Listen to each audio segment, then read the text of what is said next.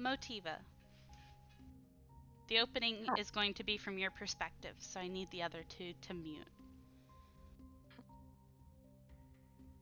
You have been here an amount of time that almost makes it difficult to keep track of the days when you go so long without seeing the surface or the sun. It also doesn't help how, for lack of a better word, mind-numbing your work is. You wake up, you do the same thing with the same people, and then you go back to the same moth-eaten house. I want you to walk me through anything in particular that you do on this day. 60 days since you have left. Longer than you had even known your classmates, your roommates. As you get ready to go to work with Adri.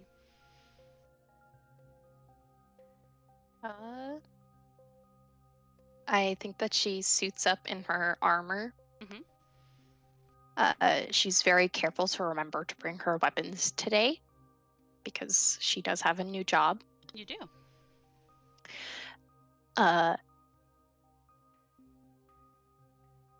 I do think that she's just mind numbed. She would feel like, okay, it's time to clock in. I am in work mode. So she gets up, she brushes her teeth, she washes her hair and her face. There's no makeup, but she does put on her paint. Mm-hmm. Uh, I think something like of note that you would notice is that it barely seems to bother you, the water quality here, like it used to. yeah. Does that make her sick? Her nose hurt? Mm-hmm. She just keeps working. She isn't really feeling anything in particular. I genuinely think that Motiva is kind of just back to how she would feel whenever she's home, where she's just busy with work and then eating, occasionally talking to her coworkers some days, and then other days she just goes home and sleeps. Mm-hmm. You do that. You get ready and you go and you meet Adri near the hedge maze that you're used to. Um, Almost as if she's waiting to pick you up to show you the new route. Uh, and you see her go to put out a cigarette as she goes to walk with you and sort of discuss the route. Something of note that you notice whenever Adri is sort of discussing this with you is that you've been here a while. You have spent hundreds of hours working in these tunnels.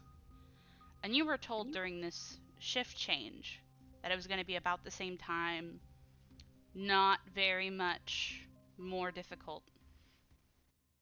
It was going to be about the same with slightly more responsibility. And the way that Adri describes it almost feels like it adds hours onto your circuit. Hmm.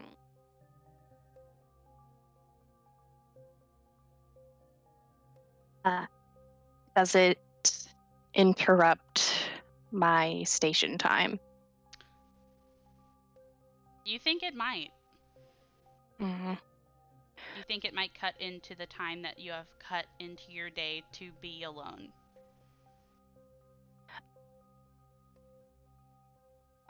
Motiva would speak up and she would say, Vraska told me that I wouldn't have much of a time change.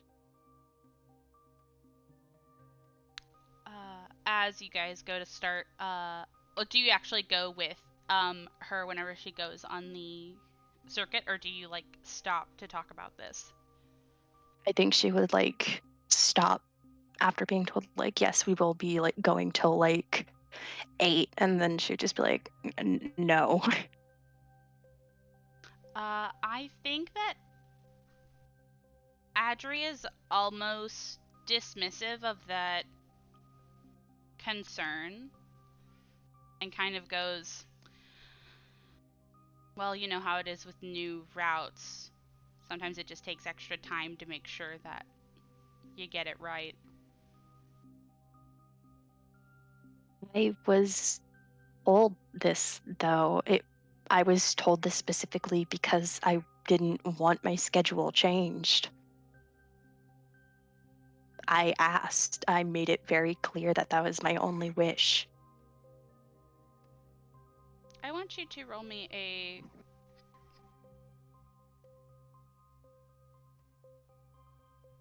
I want you to roll me a persuasion or an intimidation, depending on how you're going about this interaction.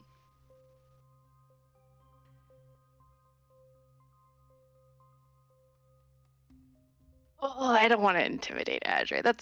But it's higher. It's up to you. It's how you're coming. It's the energy you're bringing here, which is why I gave you the option. Do you think that agitation could come off as intimidation? I think so, because I think that's why I gave it the option, is because it's like you're not technically arguing unless you commit to it, but it feels like this is a situation where you could argue for it, you know? Yeah, 21. Motiva would like be agitated and just be like, "No, I was told this. It was the only thing I asked." Adri sort of looks at you for a moment and just kind of goes to roll her eyes and go, all right, well, we'll clock out when we clock out. If we have a walk back, we have a walk back. That's fine. I'm fine with that.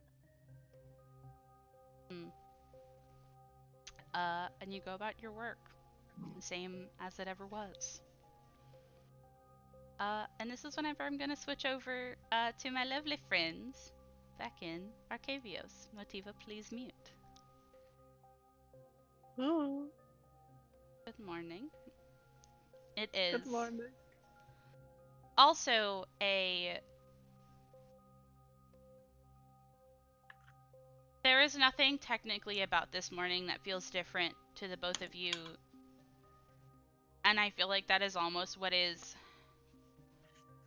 not the most demoralizing, because you have your hope, you have your information, you're as prepared as you think you can be to work towards getting back Motiva, but it has been so long.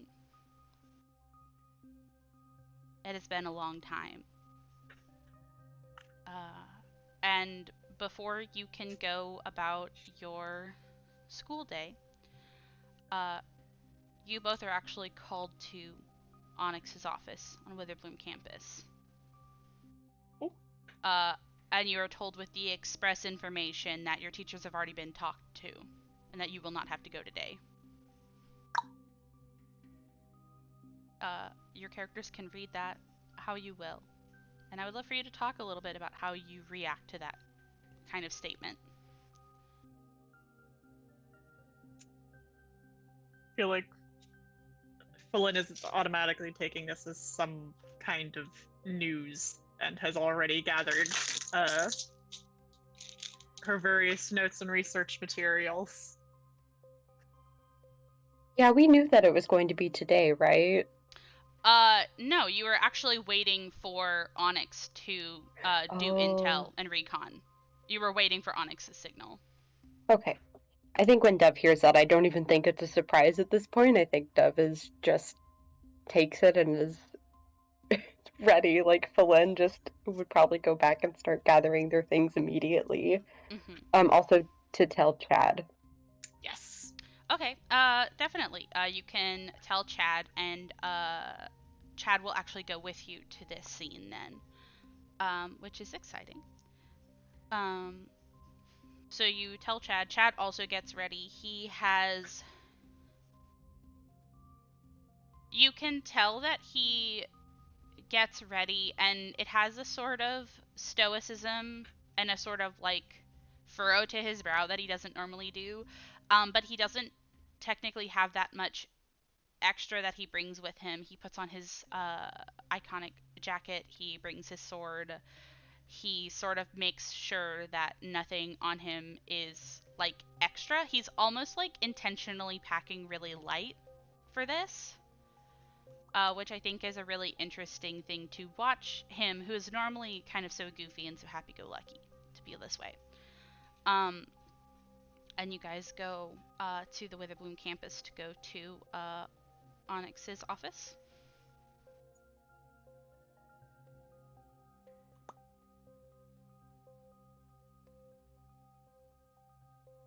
I assume so. Okay, let's go. Oh, yeah. Yes. You guys come up to the door. Do you think that you guys knock, or do you guys think that you just come in? I like to ask because that feels like a very, like, it could depend from character to character, situation to situation. I think at this point, Fullen is just walking in. Yeah, I think so also. Okay, so you go to open the door and you see the familiar inside of Onyx's office. And the thing that strikes you the most when you walk into this office is that you're used to seeing it in the way that you always see it, with Onyx put together, hair slicked back into a bun, usually around her desk, but very rarely doing anything else. And because you don't see her in here. And instead you're met with the face of a man you've never seen. He has dark skin.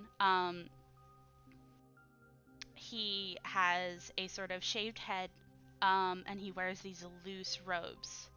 As he goes to look at you, as you sort of just walk in unannounced, and he kind of gives you a crooked smile and says, I'm glad that we all are aware of the magnitude of what is happening. Are you Devin Flynn?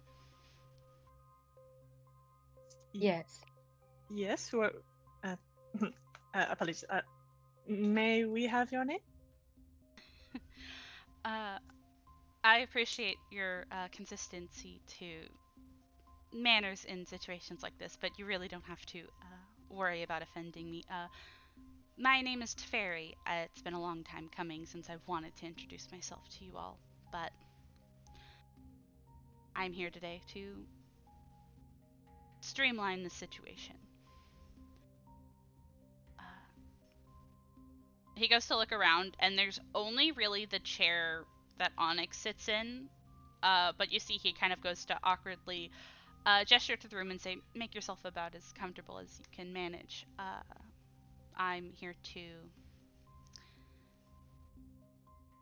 give you about as much information as I can in Onyx's place. I take it to mean that Onyx is still out in recon? She is, though she is now on the ground in Zendikar, working towards the other missing planeswalker. But I was sent here because she finally was able to make this. And you see that he goes to pull out a scroll from a pocket on the inside of his robe, and he goes to put it on the desk between the both of you, and says, this is, I don't have to get into the details, but it's similar to the scrolls that you have been using to go back to your home plane, the ones that are tied sort of to you and the magical power of this close to you, aether and essence, mana, whatever you want to call it. And we've managed to reverse engineer this. If you use this spell scroll, you will teleport directly to your friend. I would caution you that that could put you in a particularly dangerous place depending on what your plan is and what you think the situation is. But unfortunately, it seems like your only other option. I know that there is a planeswalker here that has the home of Ravnica. And Chad goes to gesture to himself, and Teferi nods his head and says, I see. If you wanted to go a more subtle approach, you could always use one of his scrolls, teleport to wherever he lives, and make your way to her, or try to find her. But that comes with its own slew of issues. We know that she is currently in the Undercity, in an area known as Korozda. It is the headquarters in Guildhall of the Golgari Swarm, but unfortunately, there's not a worse place she could have gone to, as Corozda's location is not public knowledge. As far as I know, we have had people attempting to scout the Undercity, but the Golgari are very territorial. It is hard to get outsider information, especially with circumstances with the rebuilding.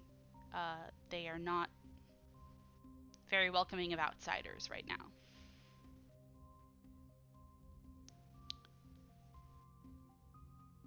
So, this is the information that I can give you right now.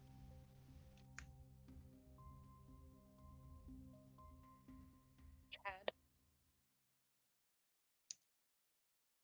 what, between the two, what would you prefer that we use first?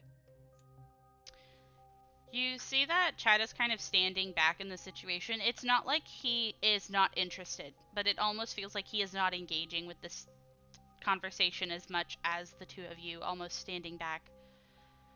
And you see he kind of goes to tap his heel on the ground, and he kind of like looks at this spot on the floor and kind of works his jaw.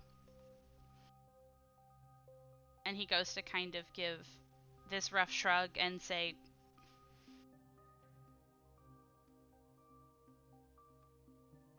I'll be honest, if you're asking me, I think we should just go. You can... Directly to her? Yeah, I mean, you can say it. I know it sounds like the foolish way to go about it, but I don't... We can't find her. I didn't even know about Corozda until just now. I don't know much about the Undercity. But we know where she will be for a very small time in the day.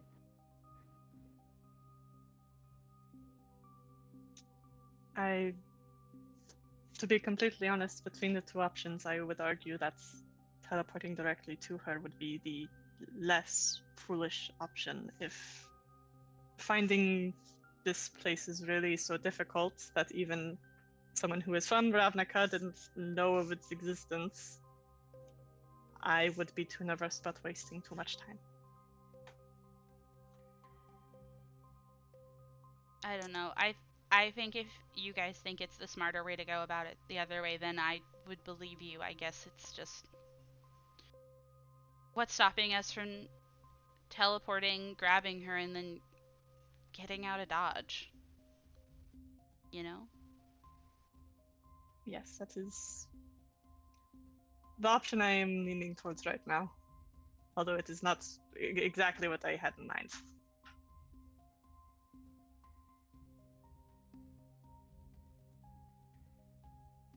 We still don't entirely know what we would be teleporting into. Yeah. Things they say about the swarm aren't great.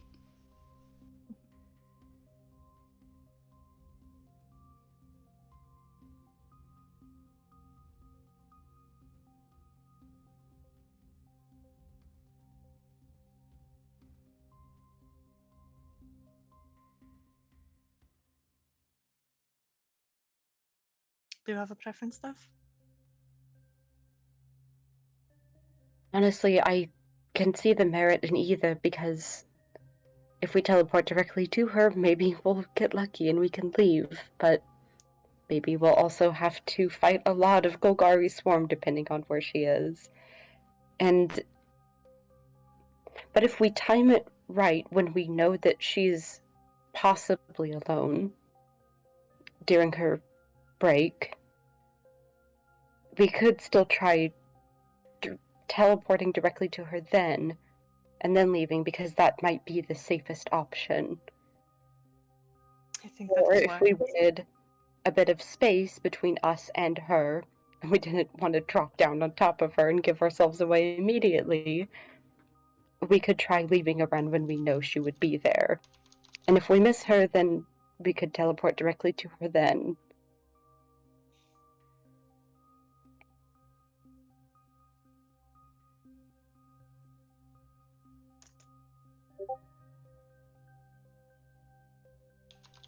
kinda... Yeah, he is. I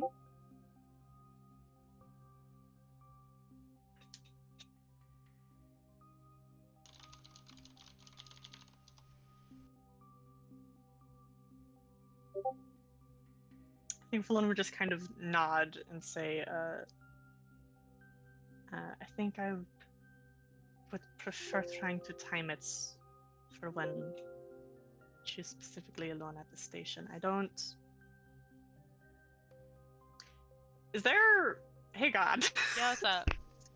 Is there time dilation or anything between Ravnica and Arcavios? So, technically, no, because I'm lazy and I haven't been doing that this whole time. Whenever you've planned time stuff in Arcavios, I've just taken it over to the plane you've teleported to, so I will continue to do that. I thought about it, Okay, but no, sweet. I think that's how I'm going to do it. Nice.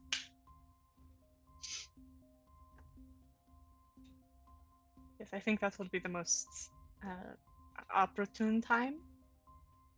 I feel things would be more likely to go smoothly then. It will be difficult to wait knowing that today is when we get her and hopefully Ashawn back, but if we go ahead of time, then I have no idea what we'll be dropping in on. Yes. Good thing we have had a lot of practice sitting around. All right. I would love for you guys to tell me very concisely what your plan of action is. I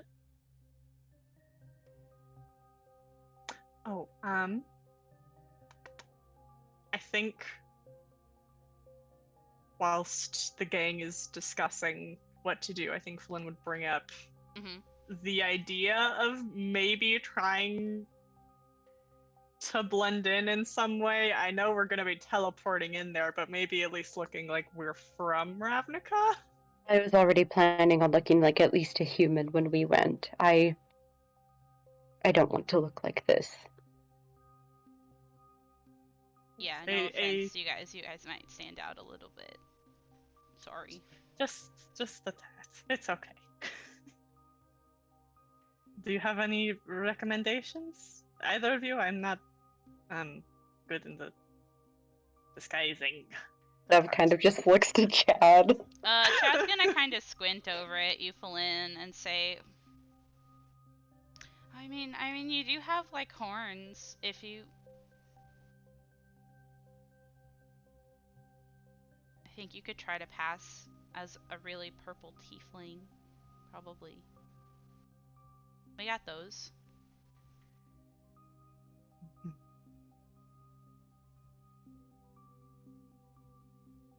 You see him go to subtly check if you have a tail, which I think is a really funny interaction to see him do, but he's too polite to, like, ask you about it.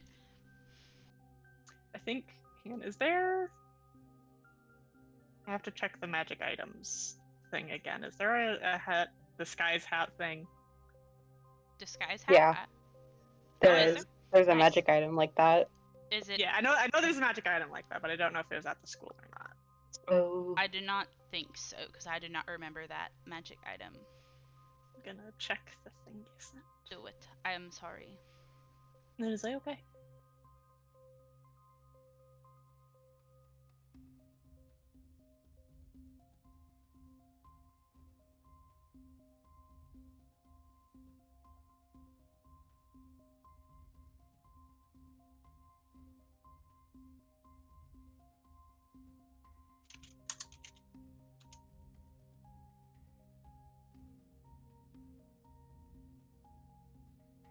Okay.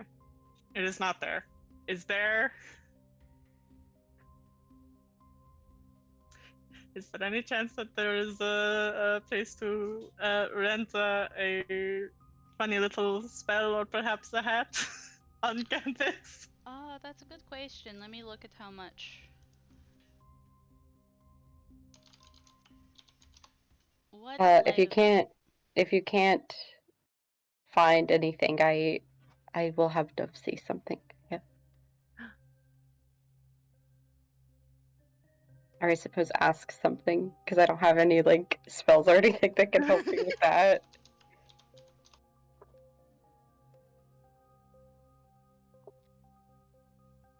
You definitely could get a disguise self spell scroll from the Biblioplex store. That is definitely something within your capabilities to buy. Uh, the ghost of Motiva also suggested you do know somebody who can get things onto campus. Motiva? Is that you? It's like I can hear her. Because there is Fane. You have never interacted with getting things from Fane, though. You don't know if it's something instant. You don't know if it's something he already has. You don't know if it's something that takes time.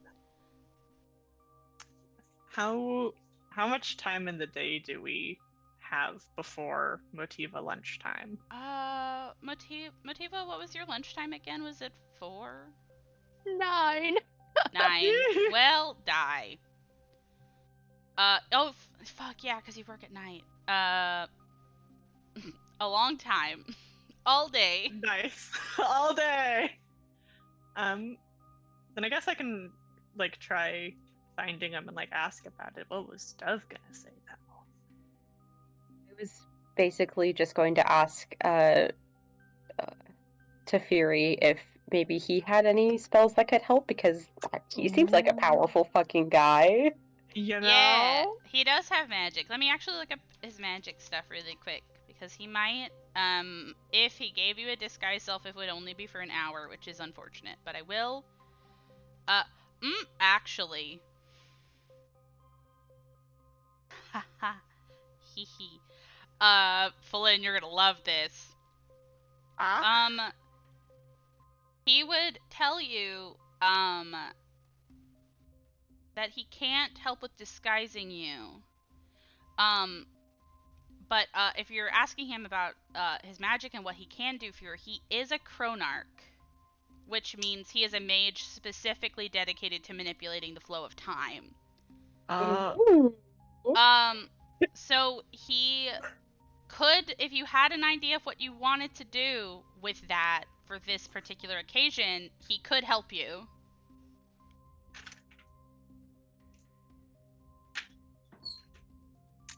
Man, oh man. Yeah, Flynn's gonna be all over this guy later. Oh yeah, Flynn's gonna be like Twirl's hair. Oh my god, hi. Oh my god, hi. He can also read memories, which is a fun thing. But his main thing is that he's a what Chronarch. the fuck? Turn back time and put me into another body. Blue mana people are really fucked up, actually, in Magic the Gathering. You. But yeah, if you have any ideas to implement, that is a very fun thing you can do. Will he be going with us, or it's just us three, right? It would just be y'all three. Yeah, I think that Dang. because that is a panini restriction. That's just so I don't have to worry about too many moving pieces. That's really fair. Yeah, he wouldn't say no, I'm not going with you. He, in the lore, if you decided to just take Chad, he would be doing something else, probably helping Onyx. No, we gotta take Chad. We gotta take Chad. I have to be right back. I think I have to feed Jax. Okay, I will pause. Okay, we're back on. Let's continue talking about the plants. Yes. So, okay, because we have 7 hours right now until Motiva lunchtime. No, we have all day because it's the morning, and Motiva's lunchtime is 9 p.m. I think Ash said 7 hours because that's how long, like, until 10 or something, like, IRL.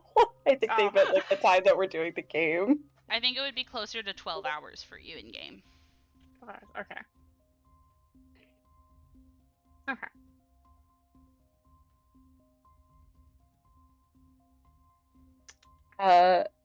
Honestly, though, if we bring up that idea and then it's like, oh, that might take a long time, though, even if there's the option that, like, we're gonna get there super early, I think it might be better if we leave, like, now, just in case, like, something does come up or, like, we get caught up in a situation or something.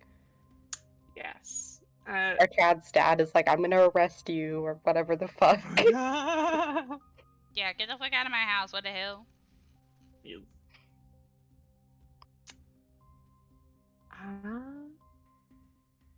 Do you have to disguise yourself, though? Yeah, that's what I'm. That is up to Flint.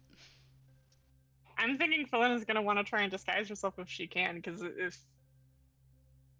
if there isn't regular drow here, then she's gonna stick out like a sore fucking thumb. There is definitely not drow. Yeah, so There's not drow at all. Fun fact.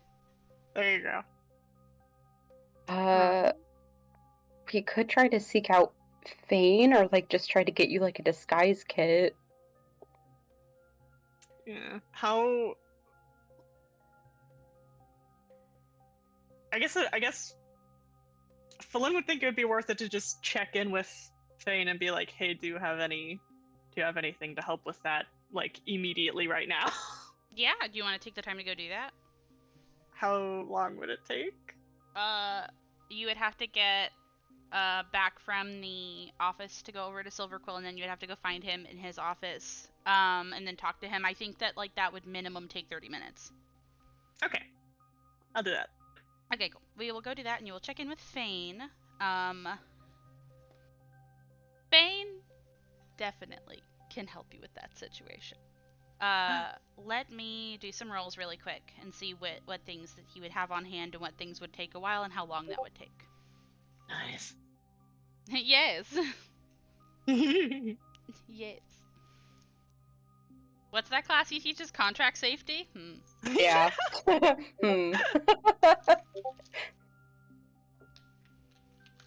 He's either a warlock or a patron, and both of that. Now you're thinking big.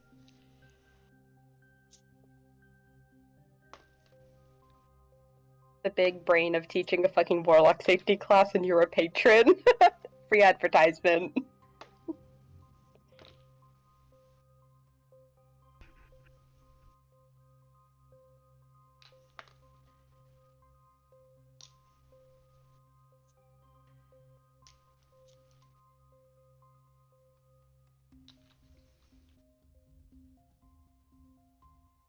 Okay, so here is the lowdown, right? He would tell you that he can get you disguise self spell scrolls. He can give you 3 right now.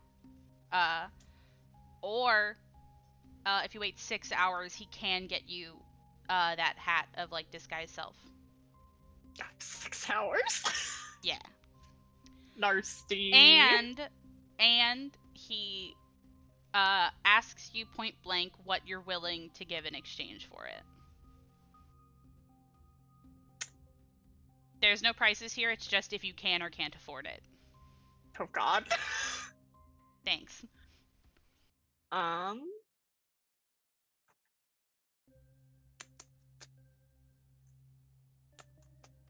Think big, Felin. This is a fucking warlock, bitch. It's a fucking warlock, bitch.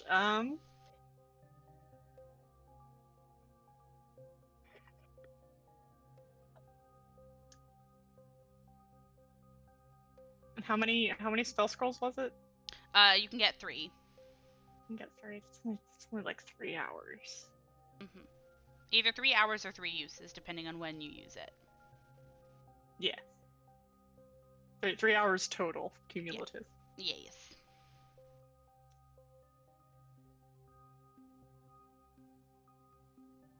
I want the hat, but I don't want to wait that long for a hat.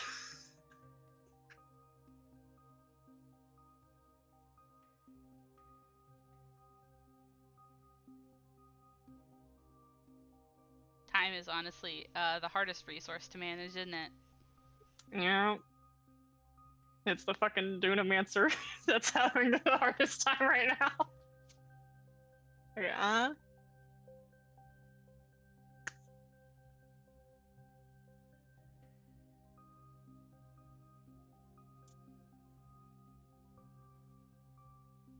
$150 for the scrolls.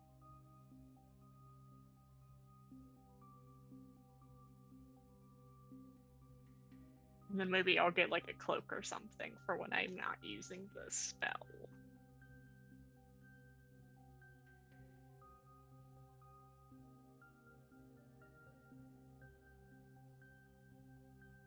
Hello? I said sorry, 1 second. Oh, okay. Apologies, I'm checking something.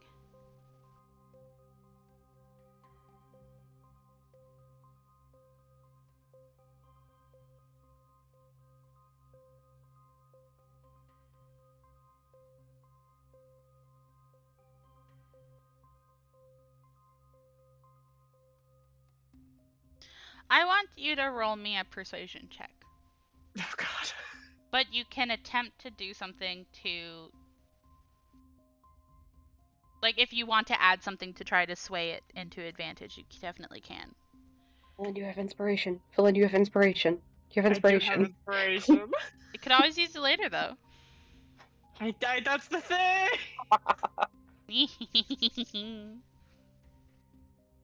I'm evil. Would adding in a free favor at some point in the future do anything? Fane would look at you and just say, does that favor have an upper limit? Like, how do you mean? Don't put down a favor unless you're willing to say anything. That's what I'm saying. Your afterlife? That should be your first step when making a deal. If you're not willing to do anything, don't say you can cash in a favor later. But if you're willing to do anything, then I will accept it. Oh god.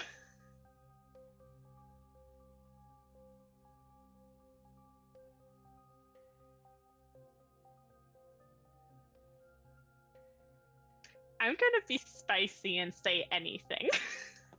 I think that Fane gives you a big smile, and he goes to put his hand on the desk and stand up, and he says, lovely. It was wonderful working with you. And I love to show my appreciation for these kinds of things. And instead of handing you the spell scrolls, he gives you the hat. Yeah! Yeah! Have fun causing trouble. Philin, you're gonna die after this. I really am. But it's Spicy. I'm glad you It's like him. spicy. He has to be This is sussy. fun. He has to be sussy for what he does, okay? No, I like it. Okay. And I'm still handing over the 150, or is he only taking the favor? I'll say he takes the 150 in the favor. Okay. I will say because of how much I liked that, you don't have to make the roll anymore. And I'll even say, that it would take less time. I'll say it takes 3 hours.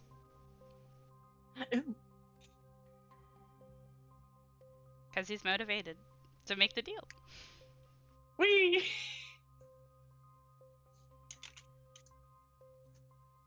Adding that shit to my inventory. Yeah, right now. Ride the luck now, let's go. So Right the now, fuck now. if we're gonna say it's 12 hours till 9, which means when you started it was 9. So it's been 30 minutes and then 3 hours till you get the hat. So now it is about 12:30. You have about 8.5 hours left. Okay. I apologize for the delay. I think it's okay. I think Dev wouldn't really know what to do, but I think Dev would understand that, like, that's important. Alright. I'm gonna...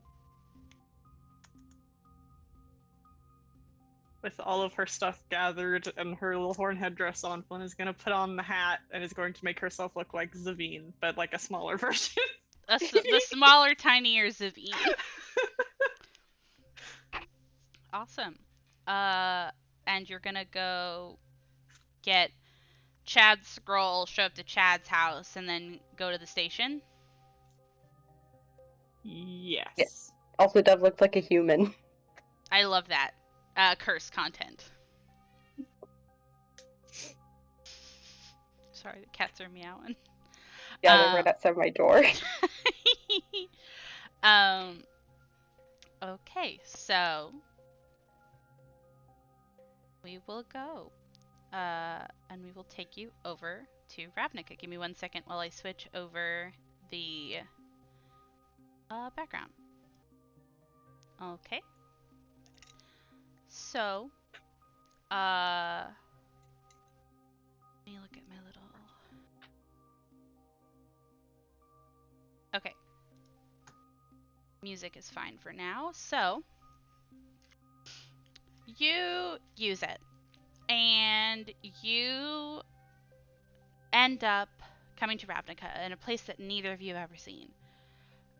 And it is a scale that neither of you have ever seen. As you come in the middle of this platform in the center of 3 gleaming towers, myriad of golden glyphs in between them stretching up into the sky. I know that Sharn is big, Dove, but Sharn is big in a different way than skyscrapers are big. And Sharn is big in a different way that doesn't mean a sprawling cityscape from horizon to horizon. And as you guys both sort of take in this scene, Chad actually hits the ground running. As he doesn't run towards the city, but he goes to run inside the building. Or the closest building. I think Dove is in shock for like a singular moment, and then once they realize that Chad is running, Dove starts running after him. Yeah, I feel like they make eye contact for a sec before just... Yeah. I'm gonna show you what New Prov looks like, because it's honestly terrifying to look at. Oh my god. That's why I called it a compound. You see him go to, like, run into the building, and he goes to, like, step on what has to be just a sigil on the ground, but it seems like the minute his foot hits it, he is gone, teleported. It has to be like an internal teleporter instead of like a teleportation circle or an elevator, and you rush to keep up with him as he goes and sort of flings open a door after rattling around some keys and runs into a what looks like a really high-rise apartment, like a penthouse, right? Leaving in the dust this woman who you can't tell at first, but she almost has this look of like a minotaur if a minotaur was also a sheep. As he's like sprints past her, she looks really shocked and she's like, "Oh, Master Karel, where?" And then she looks at the open door and then looks at you, and she's like frozen in shock for a second. We're Chad's friends. Oh, thank you. Bye. Well, welcome in. And then by the time she's like even thought of a response, Chad is already like running from some room farther in the apartment to come run out. And he just kind of calls out carelessly back to her, "I'll be back, bye," and then slams the door and then goes to start running. Goodbye, nice meeting you. Be safe. Thank you. And you start your journey. I would love for you both to give me a roll that I know is your least favorite rolls. No. Oh no. I really need to know your athletics rolls. No. -2, mind your business. -1 now. Oh, hey! 15! Oh, hey, that's not bad. 11 -2. Shit. 9. I think as you guys go to kind of start sprinting, it very quickly you are made apparent of what this plan means. As there are multiple times where it feels like Chad is moving impossibly faster than you and having to sort of double back to make sure that he doesn't lose you in the crowd. Which he's willing to do, but you can see that it's a thing that frustrates kind of all of you. And I think honestly at some point he like straight up like, yeah, Flynn, he just like at one point picks you up to run faster. Fair. Yeah, I hope that does not rankle her feelings too much. No, if anything, she's relieved. She's too much running. Yeah, Too much running. it's brutal the pace that he is doing, but very quickly you see him sort of duck into a stairway that kind of goes down into the ground, and you come out into, I'm going to describe to you guys, it looks like an actual subway station with sort of these white tile, like holographic, like advertisements, like a coffee stand, like benches and shit, right? Like it looks like like a metro station. Um, but it also is like a dizzying sight. Like you are passing by so many things that you have never seen that you do not have the time to really take in until this frustrating moment where you sit down on a bench and have to wait. You know? And something very interesting actually about the locopede stations. So the locopedes are their version of a train, but the rail is not on the ground, it's on the ceiling because it's based off of an actual bug that would carry carriages from the ceiling. So Dove, you see what would almost look like a train, right? A lightning rail train. But you see that it is held up by these mechanical spider legs carrying it along a rail on the ceiling. Which I just think is neat. And I will say you spend the rest of the hour and a half travel to Kurskaya Station in the subway, the little locopede. Crazy. Yeah. So I'm gonna go over to Miss Motiva. Hi, Miss Motiva. What's up? You don't gotta do that. No, it's You don't gotta okay. do that? Are you sure? No, go ahead. No, go Okay. ahead. Okay. So you go about your work. It's very interesting because Vrosco is right. It is very similar work to what you were doing, but also in a way Adria's right, where it's a lot of figuring out the route. You're not quite sure where each turn goes. It takes longer for you to sort of cultivate the spores in an area. So it's slow going and it's almost annoying going. After what happened at the beginning of the shift. You know? Nah, I don't think that it's not tense. Yeah, I don't think it's not there anymore, right? So I would like you to tell me, what are you doing? How are you feeling? As you go about your shift to its conclusion that you set, you know? Yeah. I think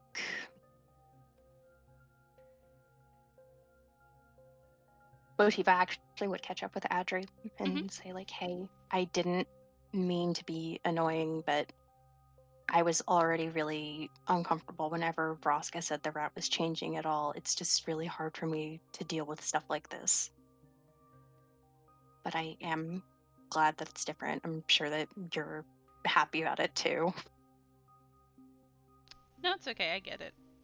And you see that she kind of looks over at you and kind of like gives you a look and say, you know, I knew Vraska had taken a shine to you, but I didn't know that you got to make requests like that. I honestly wish I understood. I don't understand exactly why she did say yes to it. She didn't seem pleased hearing me object to it, so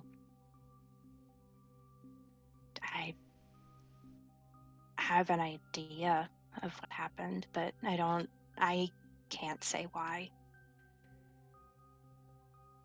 Also fair enough. I haven't really been able to figure out her inscrutableness. It was a bit better when we had a Dev Kareen up there. Out of character. Oh no. Yeah. Okay. That's Ash talking, not Motiva. That's an information you didn't know before. Ooh, that's very bad. Motiva's going to just shrug and say, "Well, I wasn't around then." No, I guess you weren't. I'm not Dev Crane either, so I'm sure that I wouldn't be having a good time either way.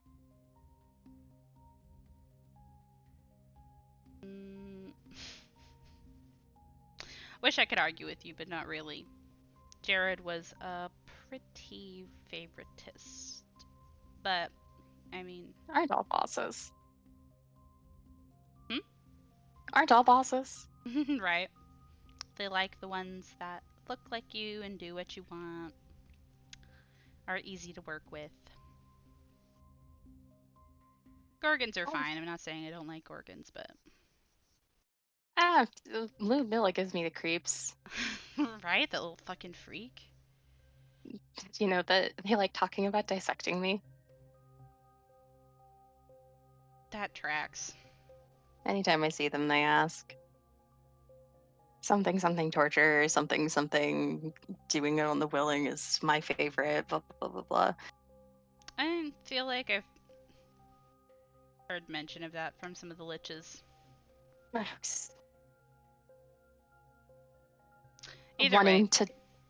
Oh, go ahead. No, Motiva, I like to imagine Motiva got interrupted. I think Adri just says, either way, I'm just saying. Things used to be a bit easier. But you know how that goes. I mean, you're gonna live for forever. You'll probably see when Vraska dies, so you'll get to compare it to multiple guildmasters. That'd be pretty sick. Yeah, they're gonna live forever, man. Like, well, not like forever. Unless you got... Wonder. No, go ahead. I was gonna say, wonder if Vitaly will give me my Lich card. Is it like a license? You kind of have to earn it. Not like people can give it to you, though. It's that annoying kind where you only get it if you figure out how to do it. Ah, okay.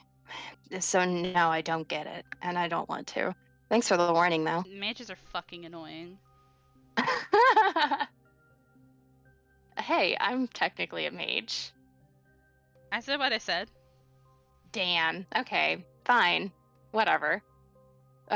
She's gonna keep walking, and she's going to say, I just wanted to apologize because I don't know. I don't want us to have bad vibes. I like getting along with my pod mate. You see, Adri go to roll her eyes and go, well, good luck. I have enough bad vibes for the both of us. That's what I'm here for. I'm the talkative one. You can have all the bad vibes you want. Fair enough, fair enough. And I think you guys go about your work. Up until about the time when you normally would go on lunch. Motiva would take her broom and she would step on. I have a fun question for you actually whenever you go on your lunch breaks. Yeah, do you think you go back to like your house or do you think you straight leave to go? Straight leave. I think as you go to get on your broom and start flying, I think that you actually feel a tug on your bristles as I think Adri goes to grab your broom and say, "Where are you flying off to so fast, Songbird?" I mean, I wanted to get a sandwich.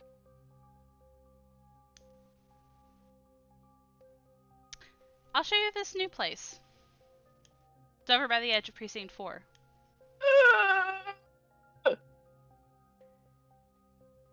Oh, fuck. Motiva would say, I already told you I don't like change. What the hell makes you think I'd want to do that?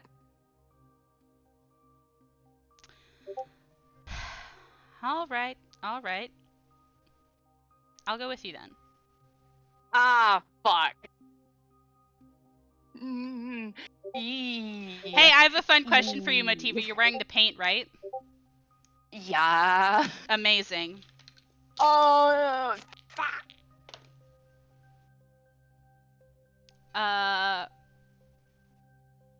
Adria's gonna kind of look at you. And something really fun that you notice right now is that you remember that the entire reason why you started dabbling in mood mark paint was because Adri lost their paint. Adri stopped wearing it. You have long since had your own after telling Vitali about it, but you have never seen Adri put it back on. You're not sure if Adri has gotten a replacement or not yet. But you notice in a critical moment that it is really hard to read their moods when they do not have their paint on, as is the usual with Dev Kareen. Fuck. As they look at you, and she goes, "What, don't want my company anymore?" I just like being alone sometimes.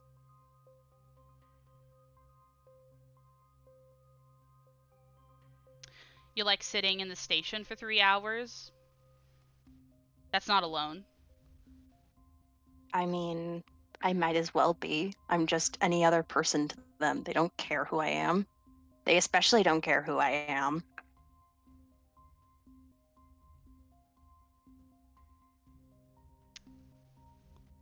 Don't act like people notice us. I want you to roll me a persuasion really quick.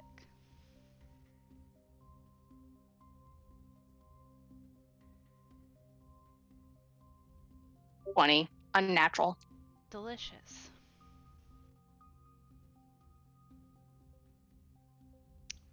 I think that Adri kind of lets you say that and very pointedly goes to let go of your broom and stare at you for a second before shrugging and saying, "Whatever, fair enough. Catch a drink with someone else.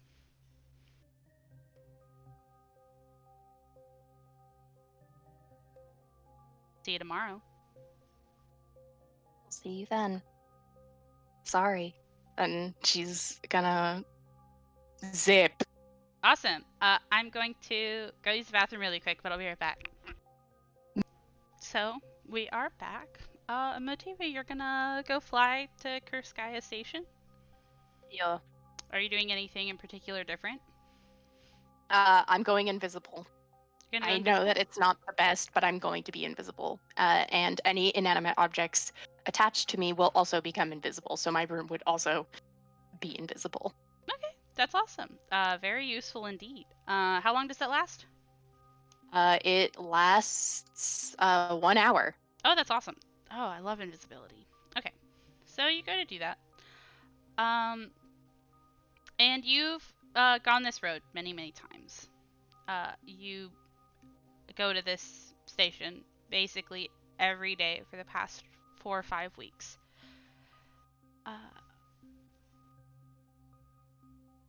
It also is tied to your old route, which is something that you also are very familiar with. You've done every day until today.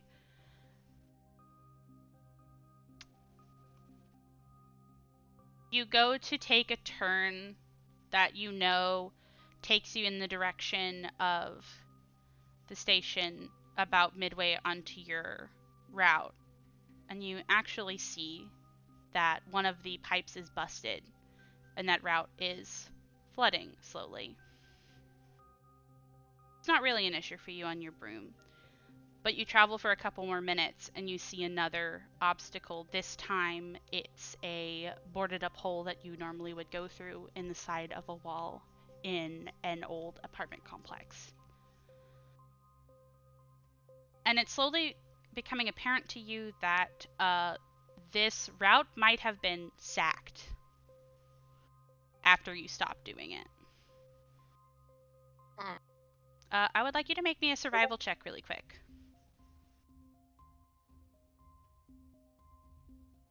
11. 11? Okay.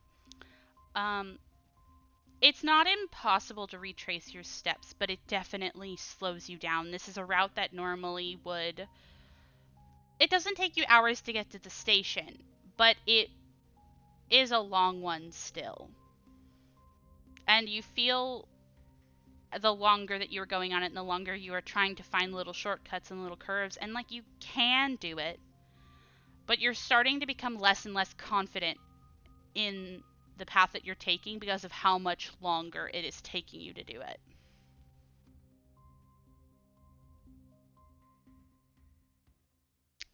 What do you think Motiva's reaction to this is? How do you think Motiva is feeling, and what do you think Motiva's doing? I do think that she's getting stressed. I think that's fair. I think she's definitely starting to get more uncomfortable.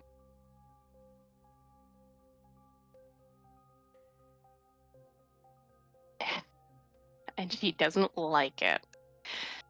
I wouldn't like it either. Yeah, yeah. I think all she can do is try to find her way to there still, because if she doesn't, she's probably just going to be lost in the Undercity, and that's a very bad idea.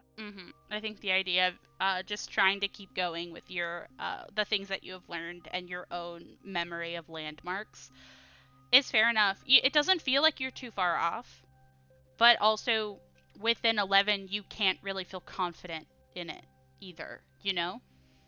Yeah. Okay, awesome. Go ahead. I was going to say, it's not confidence that's keeping her going at this point. It is literally just her being like, oh, I need to go, or else I'm just actually going to be stuck here.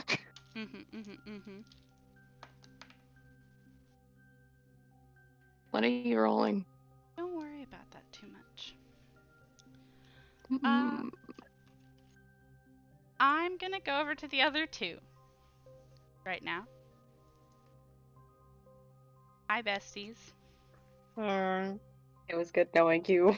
So you get to the Kerskaya station. It's another Lokapete station that's very similar to the one that you left. It's been a long time sitting. If you guys want to talk about if you have found it difficult, if you have to pace, if you have to stand, if you're doing anything on that ride, feel free to extrapolate that for me.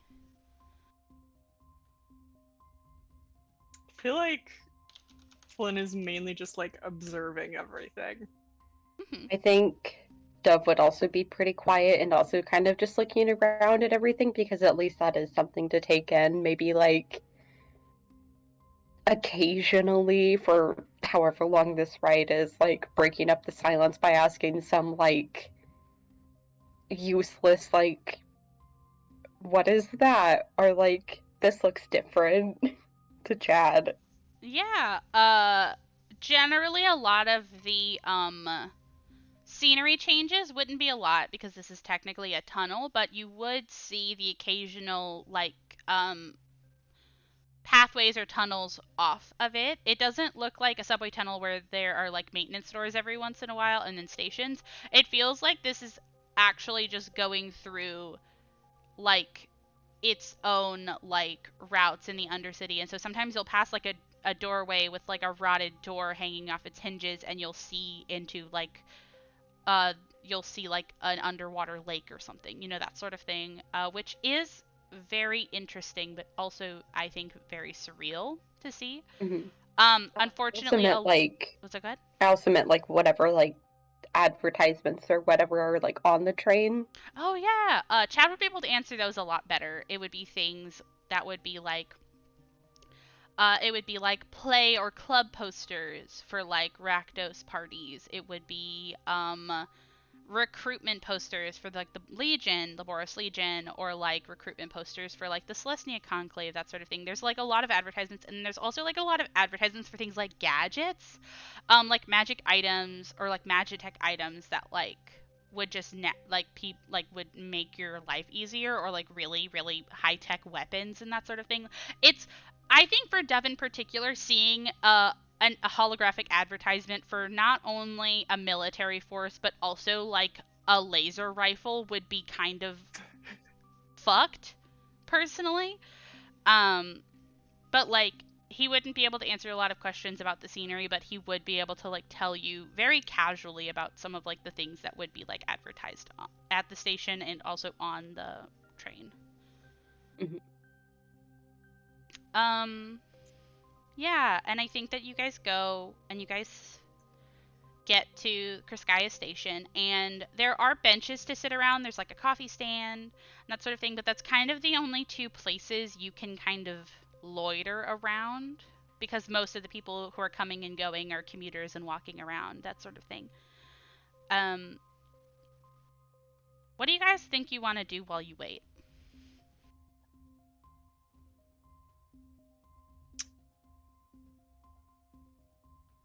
I think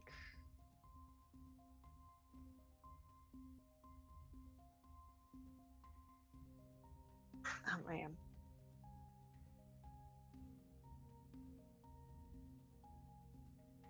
I can't think of anything. I feel like Falin is like bouncing one of her legs, just looking around, keeps double checking her bag for no reason. Mm-hmm. Mm-hmm.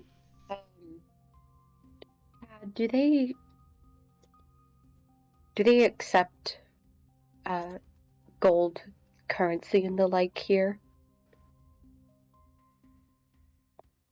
You know,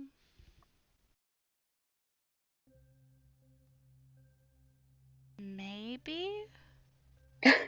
I wanted to buy something so we didn't look like we were so obvious, but I also don't want to look strange walking up with gold.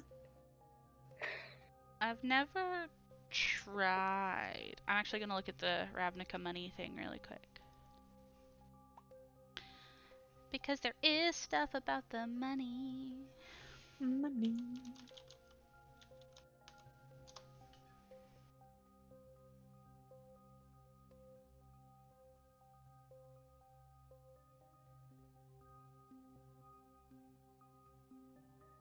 Really interesting that Motiva is maybe gonna get here and then like only recognize Chad. Very funny. Oh, okay. So, Chad would tell you that Xenos are gold pieces. I've never tried to use them, so I don't know if they're weird about the mint or not. But we use gold coins.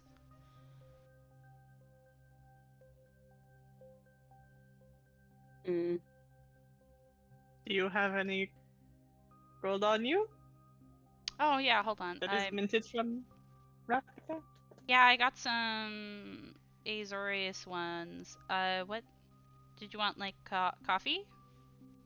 Just anything. I just wanted to have something so we weren't just sitting with nothing. Yeah. You know, I would not say no to a coffee, actually. Coffee would probably be good, actually. He is gonna hand you 30 coins that are. Wait, no. This might be a lying website. Hold on. Oh. Nope, never mind. Lies? Okay. He would give you 30 silver pieces and say that should be about enough for coffees for all of us. Okay, I'll be right back. Nice. Fun fact, cursed content. You know how in D&D it's like 10 silvers to a gold, right? Mm-hmm. Mm-hmm. It's 100 silvers to a gold here. Oh my god. It's 100 zibs for a Xeno. What the Jesus. fuck? Yeah. Yeah, so he'll go and buy y'all coffee and he'll come back with it and he hands it to y'all. But if you drink it, it's definitely an interesting taste because it's basically black coffee that's brewed really thick. It almost kind of has a consistency similar to, like, I don't want to say sludge because that makes it sound really gross, but it's like a really thick brew. Um, and it's sweetened. It doesn't have milk, but it's sweetened, but it tastes like artificial sweetener. And that is the standard cup of coffee in Ravnica. Huh. Because milk is not wasted on coffee. Gotta save that shit. And they definitely don't have sugar cane. Yeah. So if you drink it, that's what it tastes like. You also can just hold it to look less less conspicuous, that sort of thing. And I am pleased to announce, Otiva is late. Fuck. You wait an extra 10 minutes, an extra 30 minutes, an extra hour, and she's not here. Even with her updated appearance that Falin knows, you know what she looks like right now. And you have not seen anyone that could fit her description.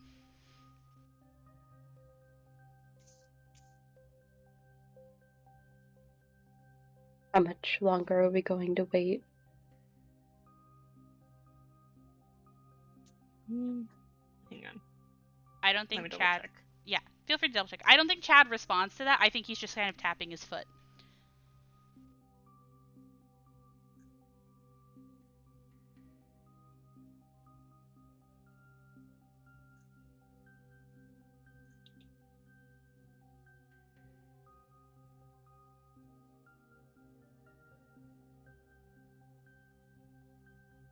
It's been an hour? Yes. Past the time. Yes.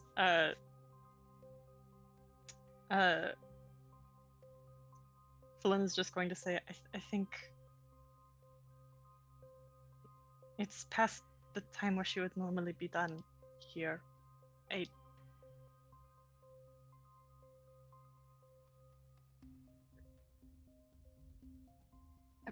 I think we should go to her. I don't... No, I don't like this either.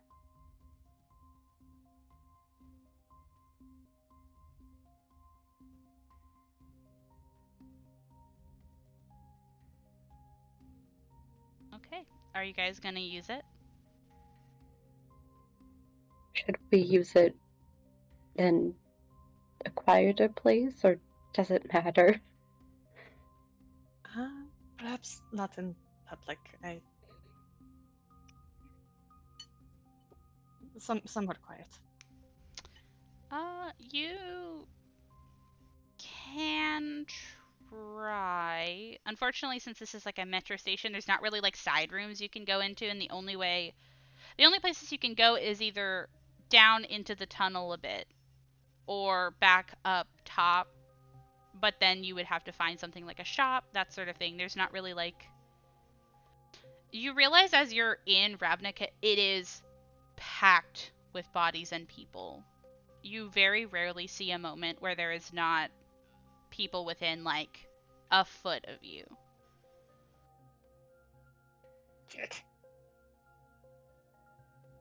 So your option, if you want to be by yourself, would kind of be having to go down off the platform into the tunnel a little bit.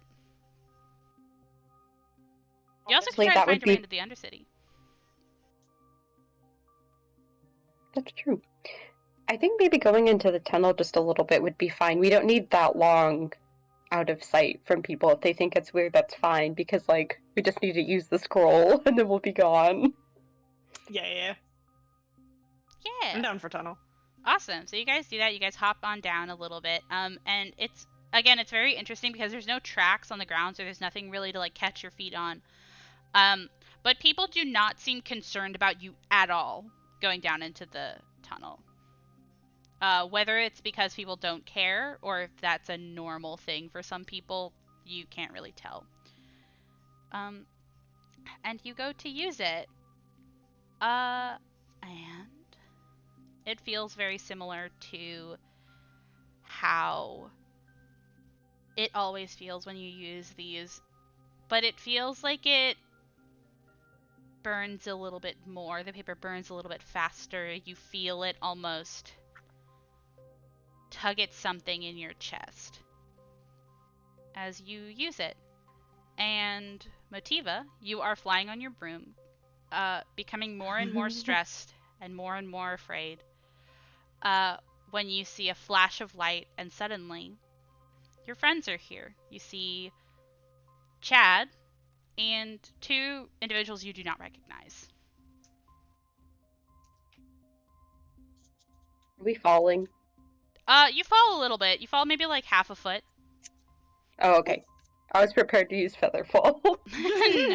No. Could have used it on all of us, but that's fine. Uh,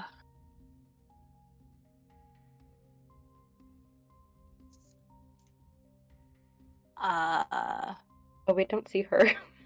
Oh, you're invisible. Oh my god, that's right. Yeah, you don't see anybody.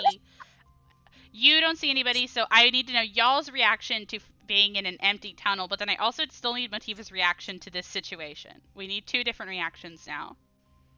Wait, where is she? Motiva? shut up. Shut up. What are you? I'm right in front of you. Felina's immediately sticking out hands to try and bump into something. Don't knock into my broom.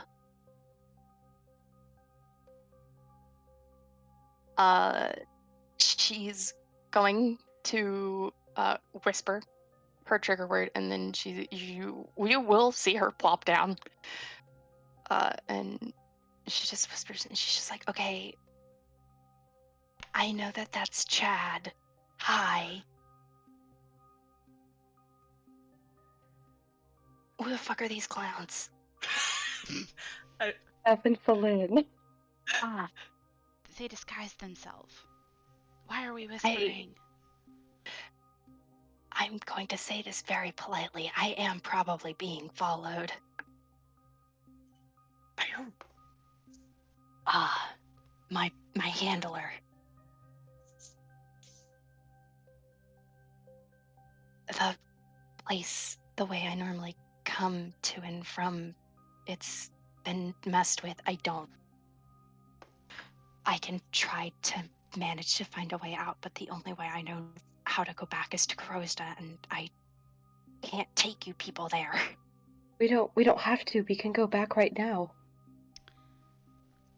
As you guys are sort of whispering in a tight little posse after you guys have just found Motiva, you all hear a voice that goes to say, "I fucking knew it," before it is punctuated by a gunshot. As you see it graze into the edge of Chad's varsity jacket. Oh. And I have to note down his damage really quick.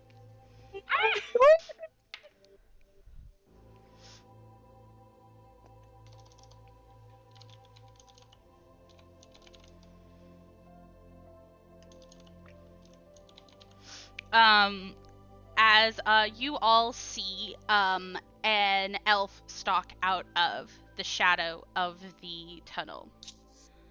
And I'll show you what this elf looks like. Motiva, are you still invisible or no? Fuck. Okay, yeah, Motiva will put down the invisibility. Okay. She's going to immediately turn around and say, Adra, you really shouldn't have done that. We do not have to do this. We don't have to do this. This is what you've been slinking off every day doing. To let them know I'm alive? Yeah, I think I can do that. Dub's gonna run over to Chad to see if he's okay while they're talking. Yeah, you definitely can. You go to check over Chad, and you see that the bullet actually didn't tear or pierce his jacket. and he kind of goes to like roll his elbow and say, just bruised. As he's kind of like tensely watching the situation, sword already drawn.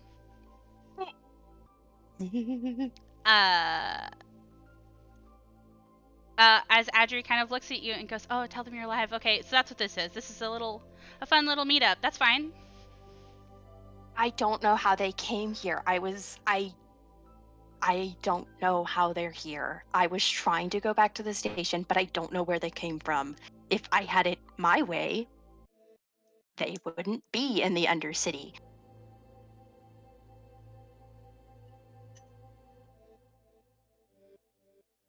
I don't know what you want from me. I'm allowed to tell people I'm alive.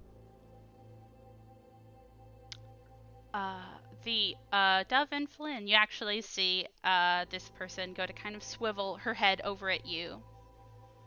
And kind of like raises an eyebrow and says, "So, welcome. Hope you're enjoying sightseeing." Dove is going to drop their disguise just so they can stand out. Ooh, scary. Just trying to show you that we're not from around here. Whatever threat you think we are, we're not. No, that is the threat. Because you're here to pick up your little friend, right?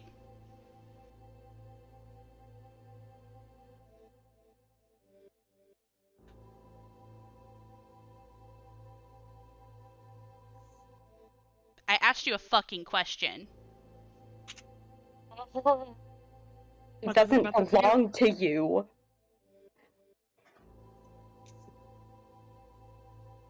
That was really spicy. Ooh.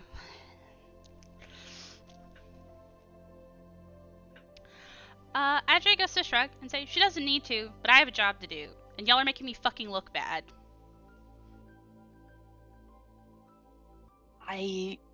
I can try to explain it. I promise this doesn't.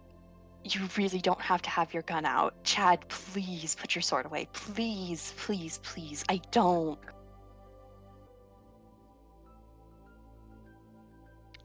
I want you to roll me a persuasion. It can be the same persuasion for both of them.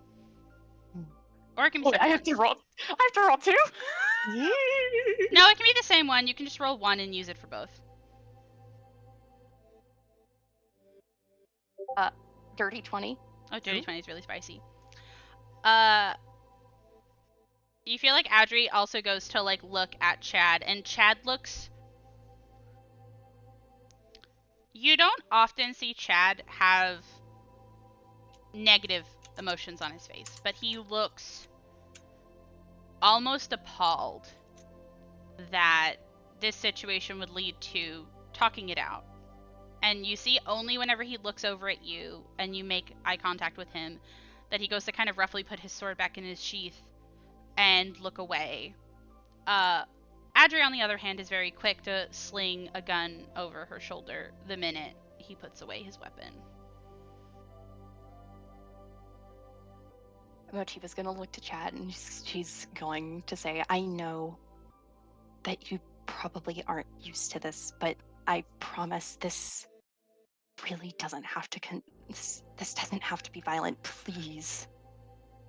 I know that Ravnica's already a mess. I don't want to make a mess leaving. Okay. Thank Then he you. goes to look at you and he just says, "Okay."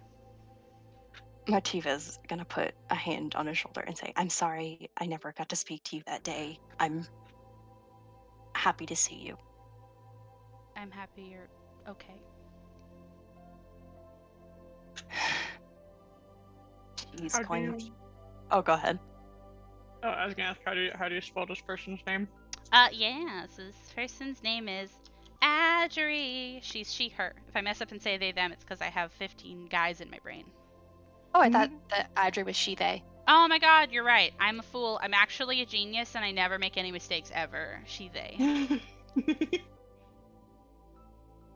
I do think on the topic of Adri, though, as you're having this really sweet exchange and you turn away, Adri's just kind of cross her arms and be like, "Ooh, first name basis with a senator." Not a part of a guild. He can't control where he was born from. That's a bit low. Oh, so he's just wearing the jacket that he got from his daddy then? It's clothes.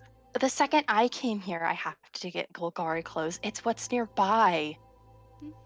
It's survival. Come on. He was never planning on joining the Senate anyway. He's fine. He's cool. Leave him alone. If you want to bother somebody, bother me. Please.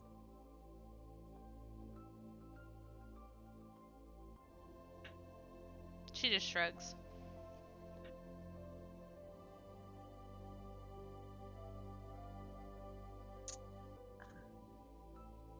Why did you take her? They didn't take me. I joined them willingly. I was even given the option to leave. I stayed with the swarm.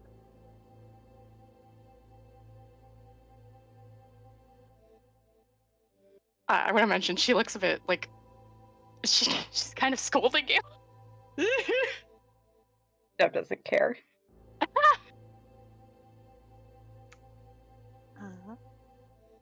Well, hello. Nice to meet you. Have you been taking care of Motiva? I love you, Flynn.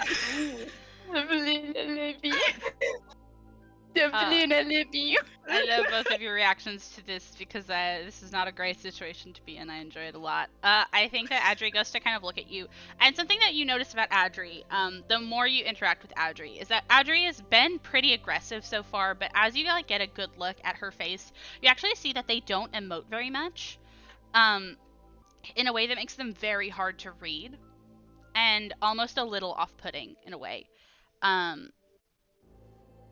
But they kind of go to like look at you and then like look at Motiva and then look at you, and they go to kind of just say, "Hi. I've been keeping her out of trouble. I thought particularly well." I'm not dead. Yeah. Kind of hard to do that down here, not die. So you've been doing amazing. Good job. Thanks. And she's gonna look over to Motiva and say, "You got classy friends." Fallen, maybe. Dove, no. Citation, Dove. I think you're classy in a cool way, but she motions to Dove. I don't think you're particularly rich.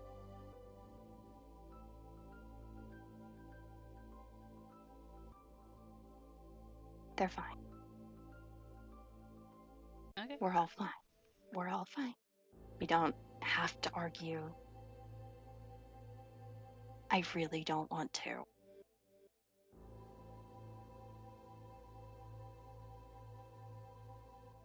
Okay. Motiva's going to trigger the broom again, and she's going to sit up on it, and she's going to say, "Okay, what? How the hell did you guys do that?"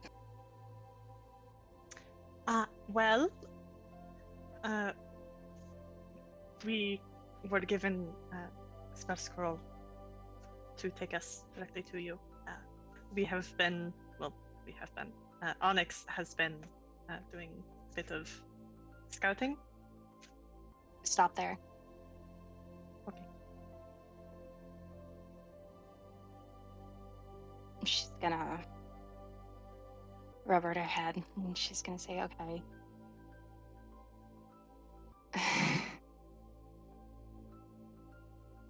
Okay. And how have you guys felt about Ravnica? I haven't seen the sun in a month, so I'm curious. Well, we've been in a bit of a rush, but We what I just- saw of what? No, go ahead.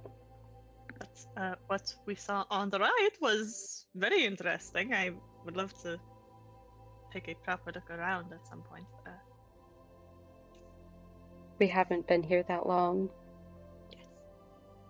You guys couldn't have waited a little bit longer then. Okay. Sorry, I am happy to see you all, but this is messy. I'm the mess. Hi. It's not. You're following orders. We didn't originally come down here first. Well, that is good to hear. It would have been very bad if you guys jumped in the middle of a. Would have been actually bad. This place has already been sacked, so it's fine. It's not swarm territory. Okay. Motiva's going to look to Adri and say, what would we have to do to iron this out? Iron what out?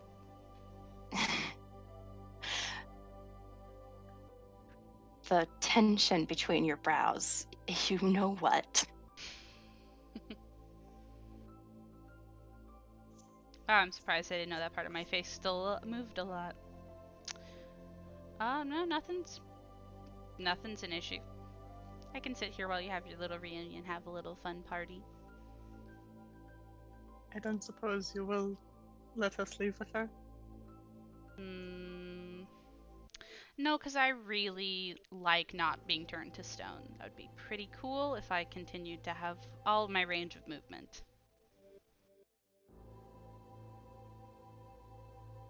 The swarm leader, Vraska, the first thing she told me is that I wasn't allowed to leave on my own unless I planeswalked away myself. She knows I'm a planeswalker.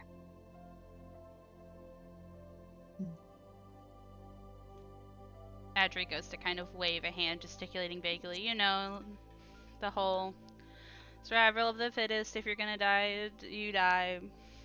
I'm sorry, I thought you just told us that you chose to stay. And now you're saying you can't leave unless it's on your own terms? I mean, it's not bad terms, though. It's really not. If I had it my way, I would just planeswalk away on my own. It would be pretty nice to say I did it myself.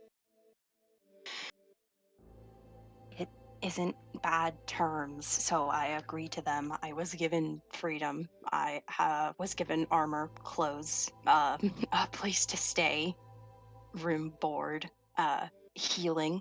Whenever I came here, I was bleeding to death. So it really wasn't a bad deal. I'm going to be honest, if I had gone to any of the other guilds, I probably would have either been brained or kicked out.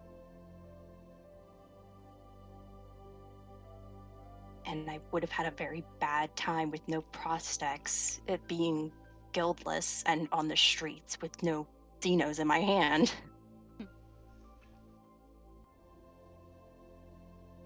There's other guilds that have planeswalkers in charge, but that doesn't mean they'll care.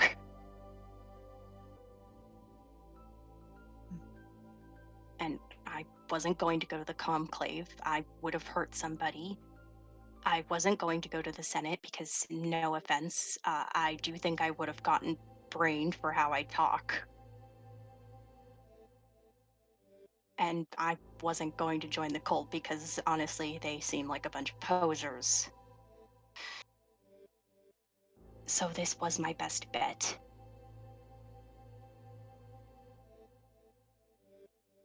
This is surviving.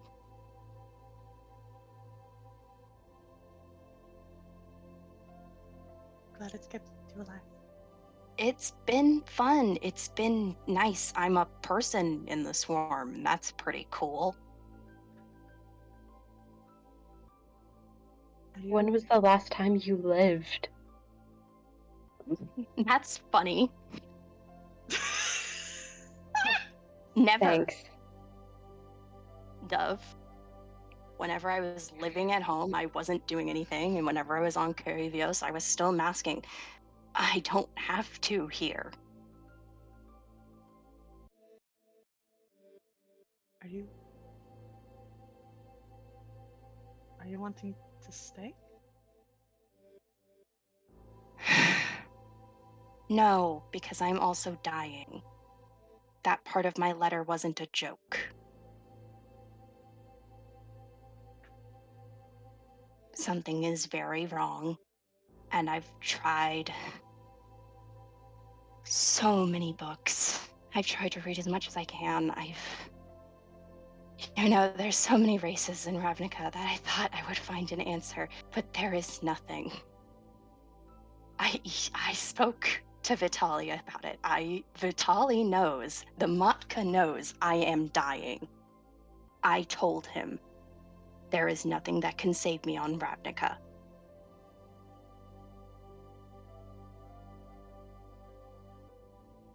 And that does not make me happy, because I have been having a good time.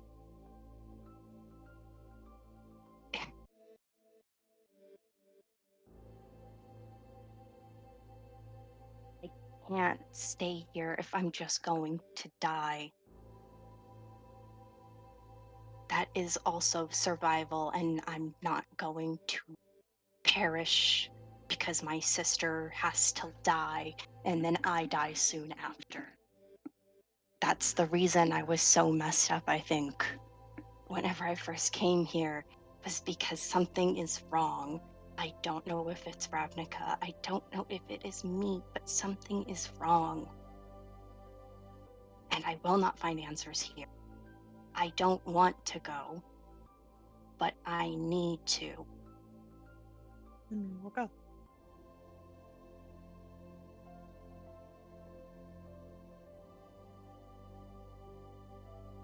But it's not that easy. She looks staggery. Go ahead. Oh, I was gonna say that Philin is gonna look to Adri and say, "Are you going to try to stop us if we try to take her?" Wish She could life come was that easy, back. Songbird.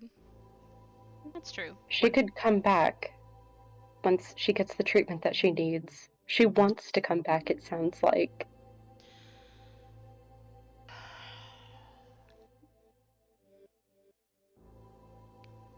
When you say that, Dove, it's almost like all three of you can see that that's whenever some of the frustration is actually starting to show on this person that is normally so stoic.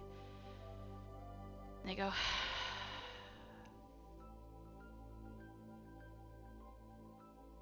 I know, is the thing. I know she's not a narc. I know she's a good swarm member. She's put her nose to the grindstone every second, barely complained. We don't get outsiders understanding what it's like to be down here. I get it. I get that you like it. I get that you like us. I get that we like you. And that's why you have to earn it. Life isn't easy, Songbird. And if you have people coming to take you somewhere, when you can't do it yourself, it's just gonna break your legs. It's gonna clip your wings. And you're gonna wait around to be taken every which way, no matter what.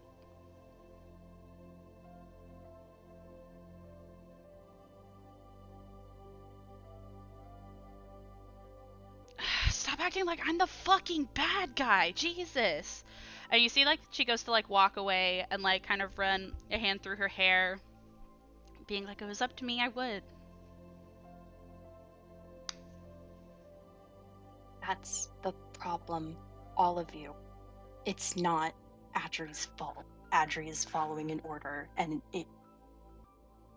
while I think Fresca is a nicer leader than people could be, I have seen her throne, and it is made of bones and stone. It is calcification, and she is a Gorgon. Then what if we brought the treatment to you? Or what the fact that it came with us? That's an interesting option I did not think you would Wow. bring to me. Oh. What? That I mean, fucking. Hello? Oh, Wait, my. You but we kind of be can't. turned to stone if you aren't here. We can't bring an outsider to Arcavios. She'll die. Oh, that's right, actually. She'll be immediately fucking Wait, shot. what? She'll be immediately gutted by the fucking angel. Yeah, you actually can't bring anything organic onto school property anymore. You're right, actually, never mind. That's why I didn't plan for it, because it wouldn't work. Sorry, I was about to be like, hello? What the fuck? You can't just wait at I the new think I cross forgot powers. about that. Oops. It's okay. It's fair. I'm She can't just- retconning. That's okay. She We all can't got just- in the sauce for a second. It is a good point though. That would have been it still is no. Actually, don't retcon it because that is a prospect that can be brought to a teacher. True. Okay. Okay. I mean, think- that's right now, but Get it, red tape. I think that Audrey's gonna kind of look at all of you and look at Motiva.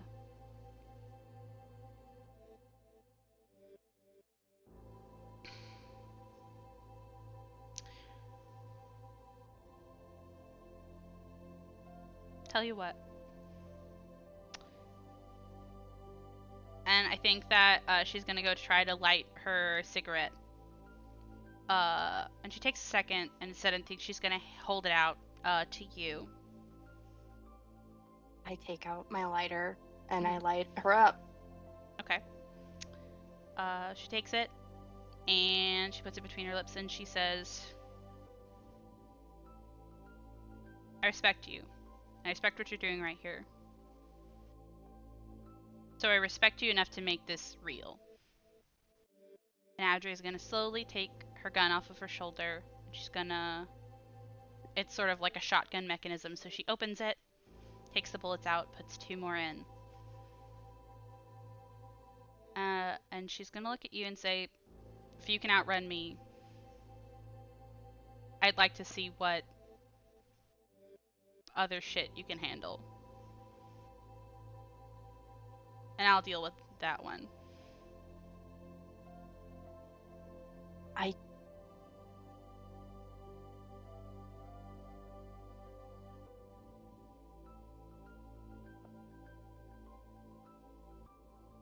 We could talk to someone on the campus to see if they would allow them in. Do you even want to leave? Do you want to go to college, Adri? There's not many choices given to us here. Are you not confident that you could?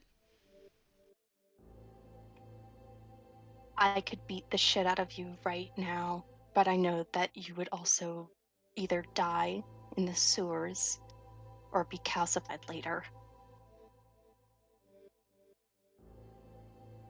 Vraska seemed to have a respect for you, but I don't know how far that would go if you get beaten up by a little baby planeswalker.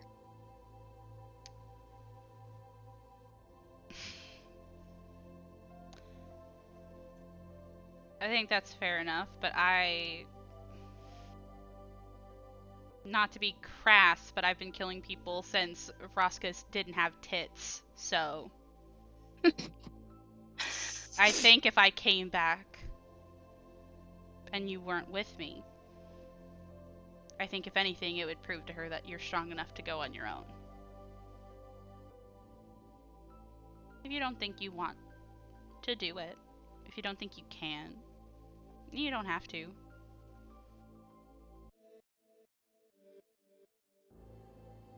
But I'm saying I'll let you go if you can prove to me that you can fight. I know you got teeth on you. All of you from what it looks like. Motiva is going to look to Chad and say, you can bring out your sword again. Thank you for putting it away originally. Sorry I wasted your time.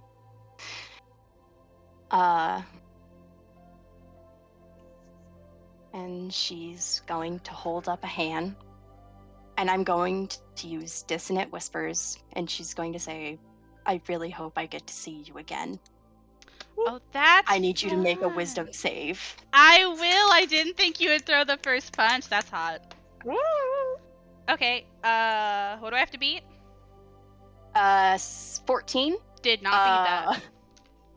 Oh, really? I didn't. Give me your damage. So, there's actually an additional thing to this. It's 3d6, as well as you must move immediately as far away as you can, as far as speed allows. Oh? I I will. love Kitchen and Whispered. I think whenever you use it, it pops up in the thing with the whole description. I did not. Yes. 8 damage. Oh, that's really fucking shit. I'm Damn. sorry, Okay, that's bestie. fine, but you have to run. You have to run as far as you can right I now. do have to run. Okay, cool. So I do that.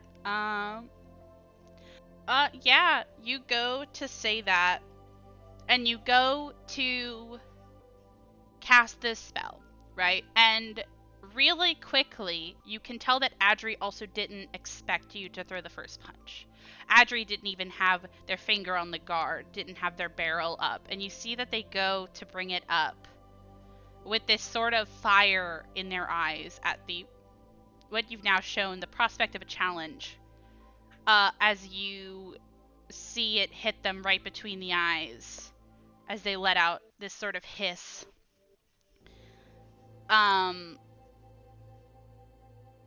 And does it say what direction, or does it just say away? You have to go as far as you can as quickly. On a failed save, take psychic damage and must immediately use its reaction if available to move as far away as speed allows from you. Okay, delicious. Yes. And it eats up a reaction. Nice.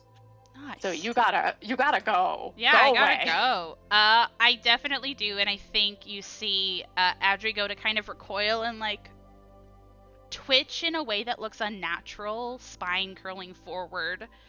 As they do that, and I'm gonna change the music, and we're gonna get initiative on this chase. But I think the last thing you hear before that happens in the surprise round that you just did is Adri's sort of wheeze of a laugh. Adri. No, I love Adri.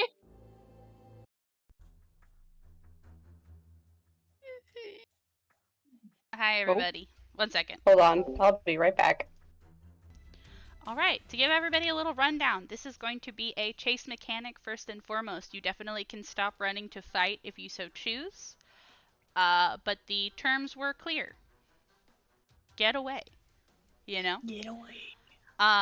So feel free to do whatever you think is best to do that, whether it's a focus on trying to get away as fast as possible and survive, or if you're going to do counter warfare. It's completely up to you.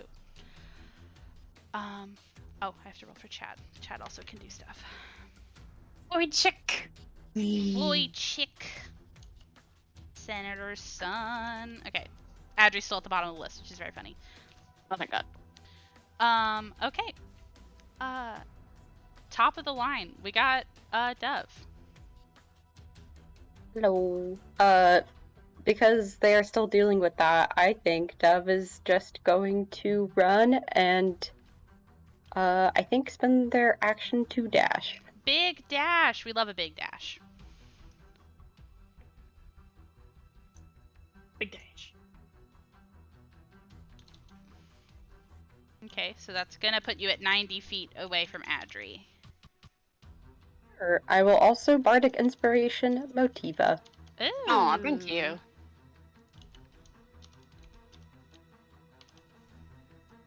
Sorry, I'm updating how far everybody is away from Adri. Delicious. Bardic Inspiration, bonus action, and full action dash. We love it. Very solid opening play. Flynn. Hello.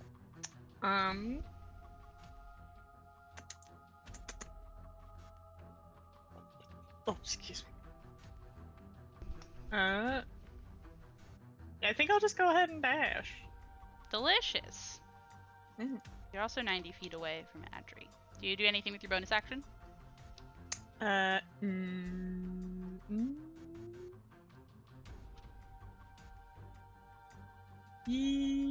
Yes. I Okay. will go ahead and cast a preemptive Shield of Faith on Motiva.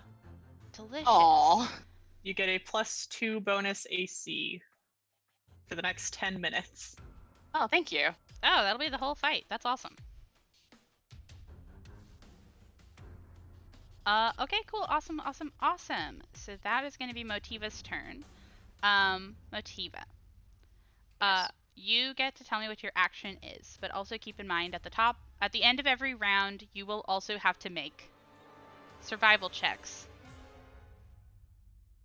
to get you out of the Undercity. Yeah. So keep that in mind. But you can also still use your full action. I'm just telling you verbally that is separate from your action because that's a mechanic of the chase, not your action. So what do you want to do?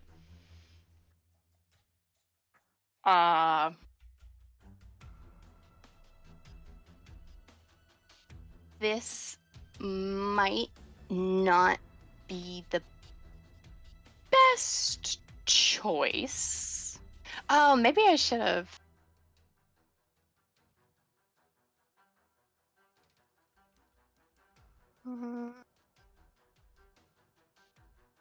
Okay, that's a backup plan. I have something in my back pocket. I'm going to use Silent Image, and I'm just going to project an empty space. Actually, no. No, I'm just gonna fucking run. Goodbye. Okay. Full run I'm- on your broom. That's very big. Yes, I'm going 50 feet. Ooh! Delicious. Are you gonna dash? Yeah. Okay, that's 100 Zoom. feet. You are 130 feet away from Adri. Do you want to use your bonus action for anything? I would like to give a Bardo inspiration. Should I give a Bardo inspiration to Chad, y'all? I feel really bad for him. What can you give Bardo to at your level?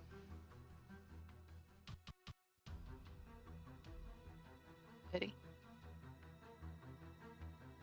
Oh, it's within 50 feet. Oh, you are too far away, my friend. 60 Yeah, I'm feet. 60, 60 feet. 60 feet. That's still too far away. Yeah, you're 100 feet I'm away guessing- from Chad now. Yeah, I'm guessing I can't say that I did it before the 100 feet, and I'm okay with accepting that. I'll say that you can choose to do it, but I'll also say that you can give Bardo to one of the other two also. It'll just be kept. Just remember to keep it separate from the inspiration you still have from last time. I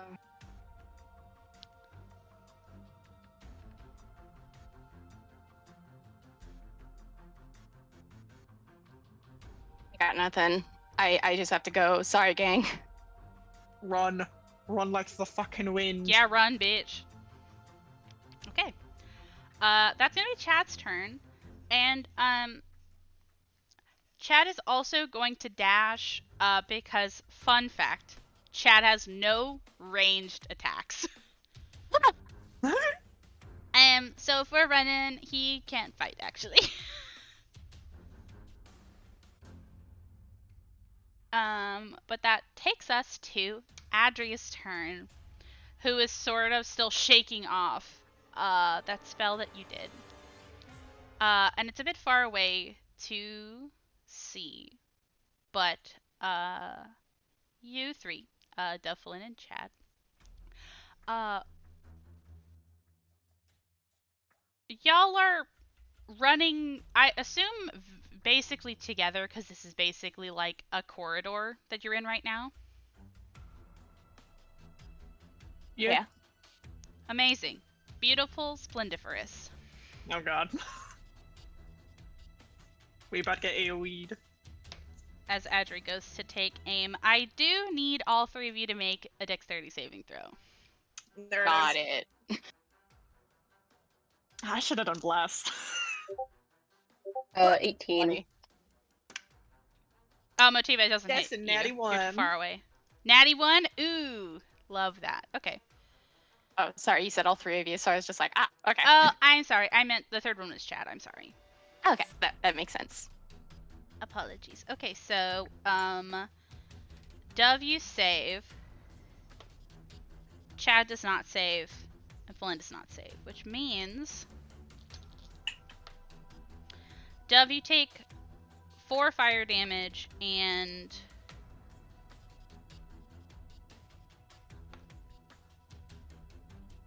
Flynn, you take 8 fire damage. As you see, Adri goes to shoot what looks like a bullet. Their gun looks kind of like a mix between a shotgun and a hunting rifle.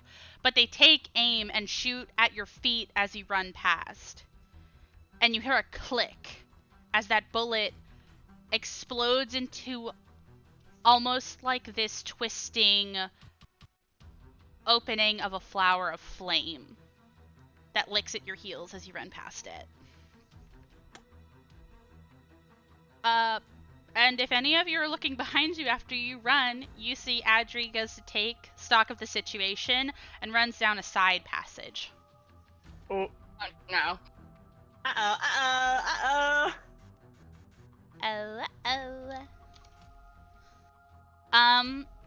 But now it's Duff's turn. I'm just gonna keep running.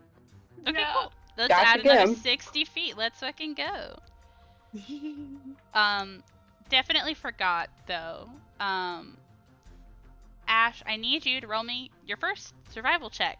Or a history check if that's more. Let me check. I would actually like to roll history. I'm sorry, I just rolled survival. Can I actually roll history? I will allow it because I'm very kind. Thank you. Oops. Oops. That one. That's tasty. Uh-oh. Sorry Can I about have that. survival again? Could I have that survival? I'm gonna take it. I'm gonna take it to the audience Actually- participation. How do you guys feel about that? Should I do that? No. They Wow. rolled, and then they rolled the history. They can't go back. They Uh, already asked for your kindness. Honestly, I- yeah. Can't use inspiration once I see the roll, right? I think it's until you know if it succeeds or not. But I will say Isn't that one?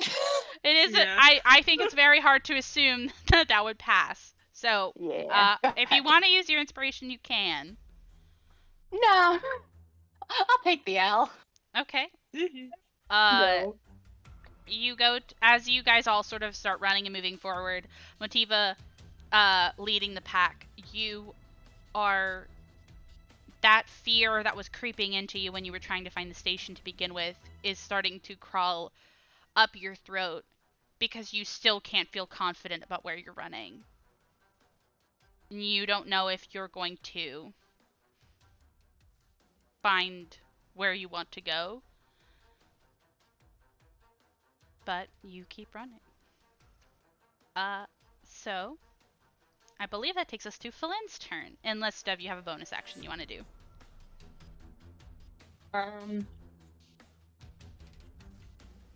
Chad's next to me, right? Yeah, Chad is next to you and also Flynn. I will carry on Motiva's legacy and give Bardic Inspiration to him also. I'm Nice. very worried about the gamers. The gamers. Me. Awesome. Then with that, it's Flynn's turn. Hi. Hi, what are you doing? Dash. Dash delicious.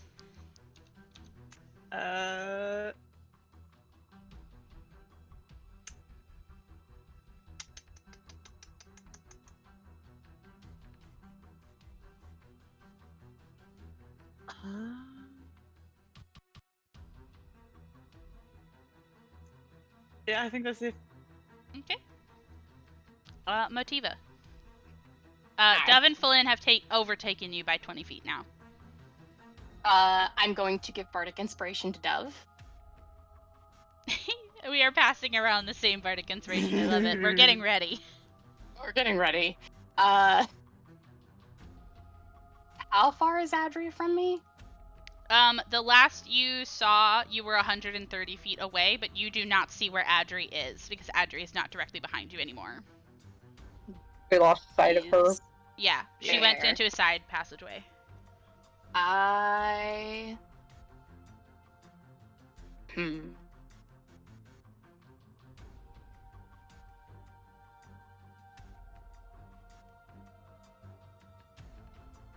Oh, that wouldn't work.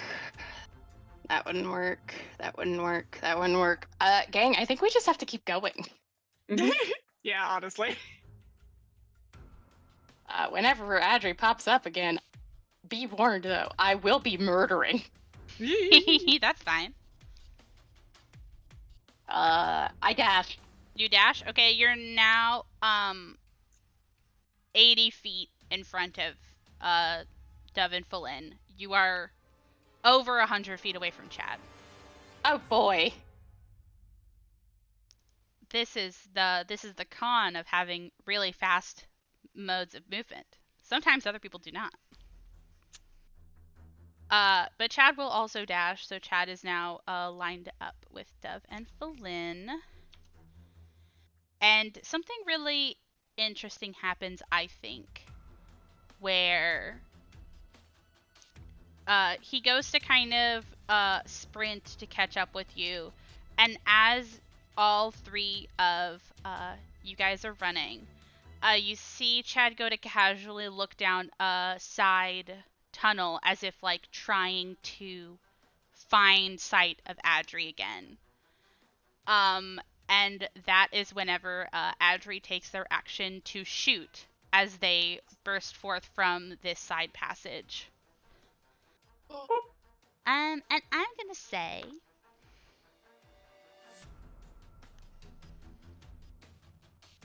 I hate to say it, I think Adri's gonna shoot Chad again.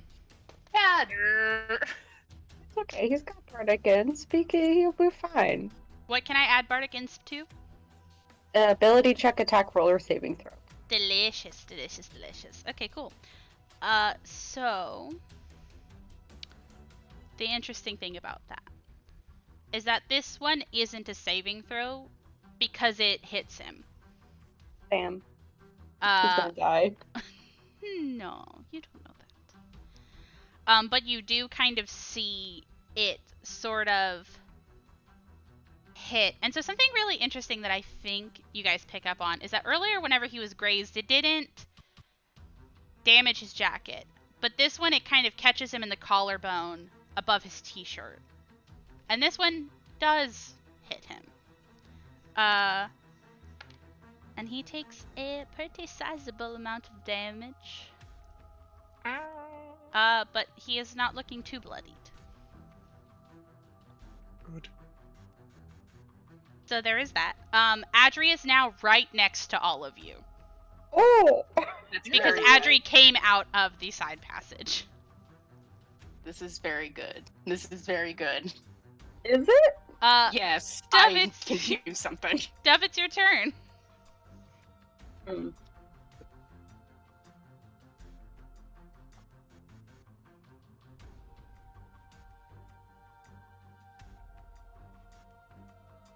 I got nothing. I'm running. Okay. You provoke an opportunity attack. Oh, fuck. Shit.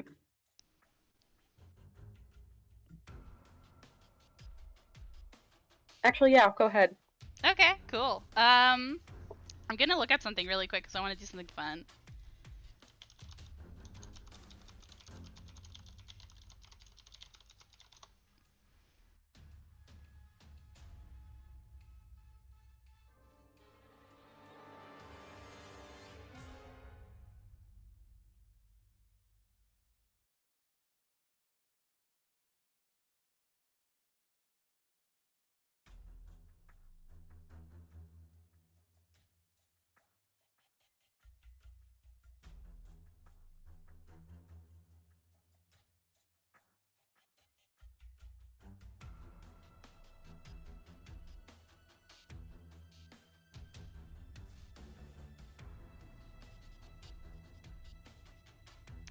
Okay. This will be interesting, I think. Dove. So you provoke this opportunity attack as you go to dash. And I actually think instead of raising up their gun to shoot at you when you go to leave their range, I actually think they reach out and try to grab you. Oh. So I need you to make me a contested strength check. Okay, you might want to use that insp. Yeah, I think I'm going to. I'm gonna use it. Okay. Advantage, just strength. If you want to do athletics, you can, but I didn't know if it was better than. It actually is. Wow, Because okay, you it's can do one it. better. You can do that. I am kind. Ooh. Oh, thank God. 18. I want you to know that you made that, Oh, which means good. you win. At least in my book. I think it's more fun when players win. But you feel fingers go to roughly grab at the braid of hair behind you as if she's going to yank you back. And you can feel that you just managed to be a bit too fast for that to land. Not the fucking hair. But you Owie. dash. Yeah. Hee hee. Do you do anything with your bonus action?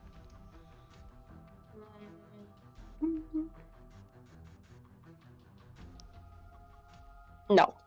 Okay, cool. Falin, you are right next to Adri, and you saw Adri do that.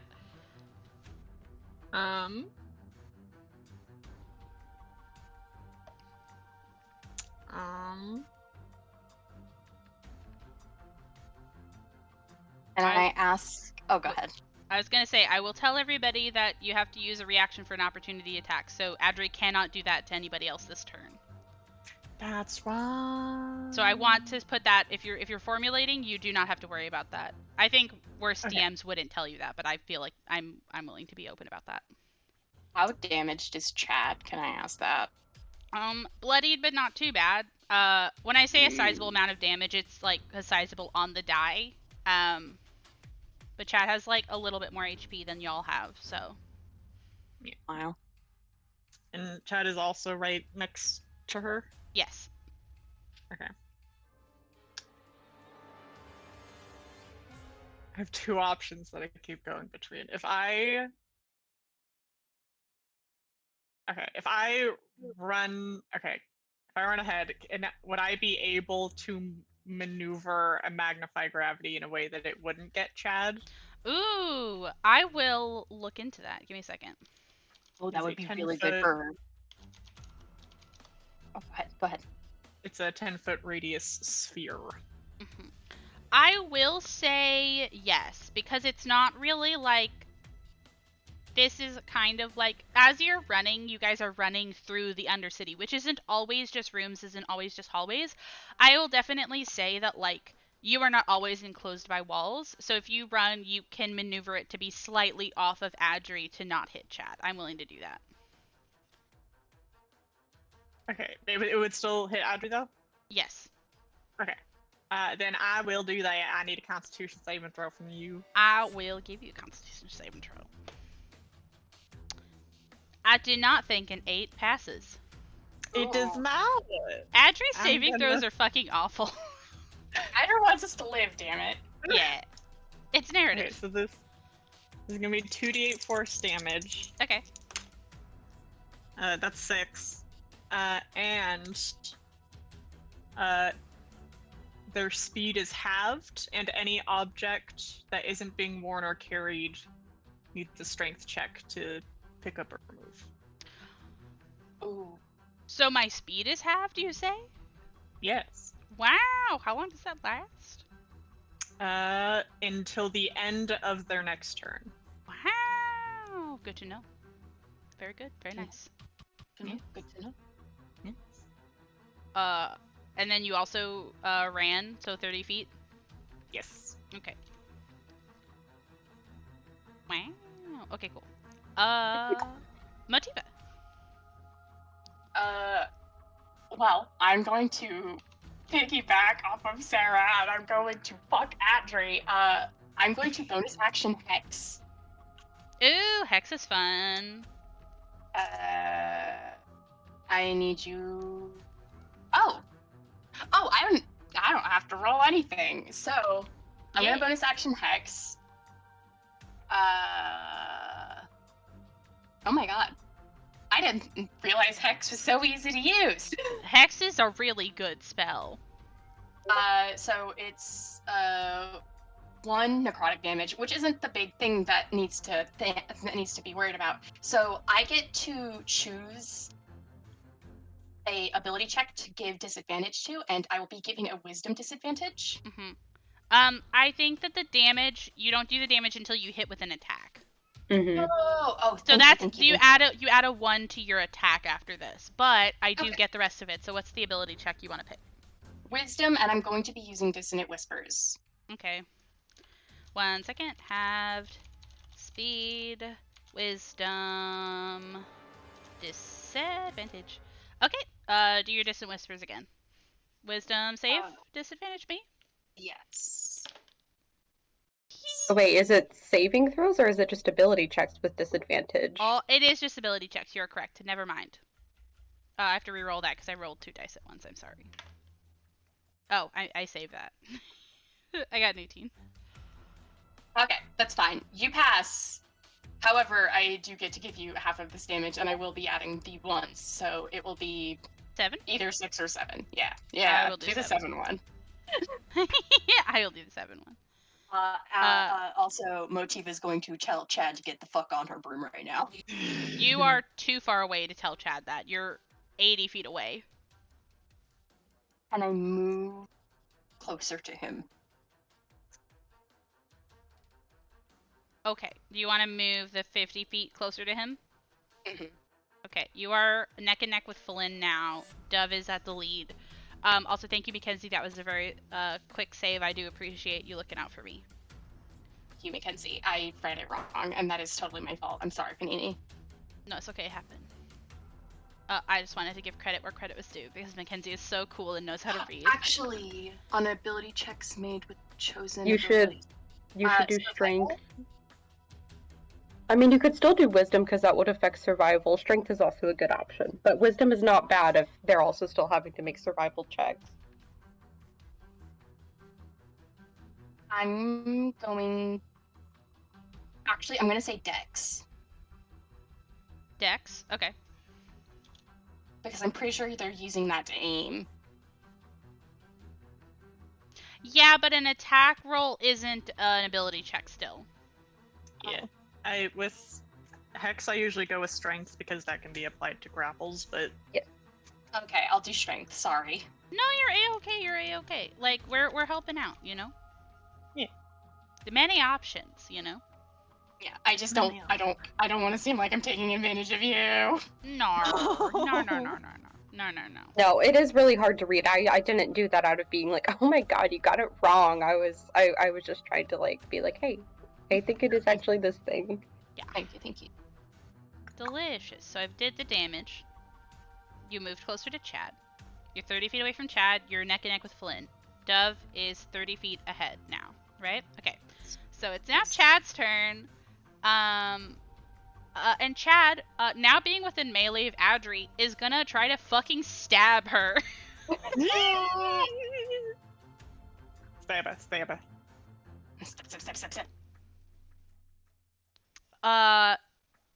Interestingly enough, you see him go to swing with his sword. And Motiva, you've seen Chad fight. Chad's good at fighting. He's strong. He's quick on his feet. He's surprisingly clever in a way that people don't understand. And you see that all Adri has to do is duck to completely dodge that sword attack.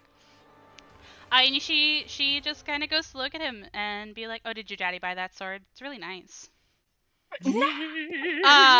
As she is also again going to point blank try to shoot him.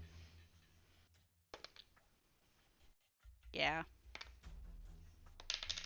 Oh, the damage on that was awful. You don't gotta worry about nothing. Okay. And Is he gonna get on the fucking broom? he is gonna get on the broom.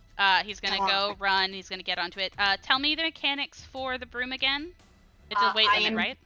Yes, there is a weight limit. It's 400. We would be going 30 feet. Okay, awesome. Yeah. Okay, awesome. Cool. Awesome. So, Chad is with you, Motiva. And this means that you're 30 feet away from Adri, which means Adri can come right up on you again. No. Yeah. Half speed. Half speed. No. Half speed. Oh, half speed, you're correct! Never mind. Okay, so Adri is in fact not right next to you. Adri is halfway to you. And already used their action, which means they can't shoot you again. Miss Motiva, I need your survival check or your history check. 19. 19. Ooh. Okay. Okay, delicious. So you go, and there is a moment of connection with a landmark that you didn't think you would see, as you now have to go slower. You're carrying Chad. You're now closer to Adri than anybody else here. But there is a spark of recollection of where you are at. And I would like to ask you something, Miss Motiva.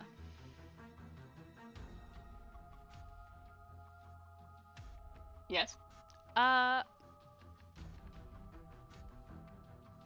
Actually, no. Also, I'll do that next round. Does anybody have the max playback limit?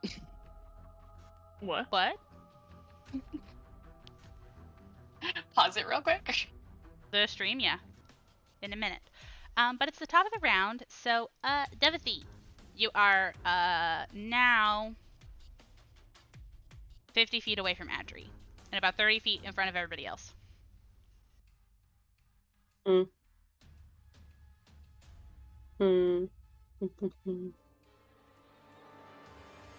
Hold on a second. Yeah, take your We're time. already fucking Adri so much. You might as well think about something you can do.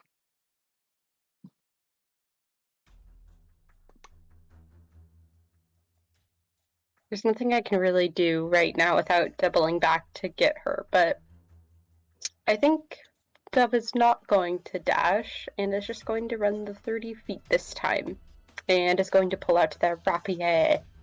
Oh, nice. Sword. Nice. Gotta be ready. Awesome. If that is your turn, then it's Flynn's turn. Hello.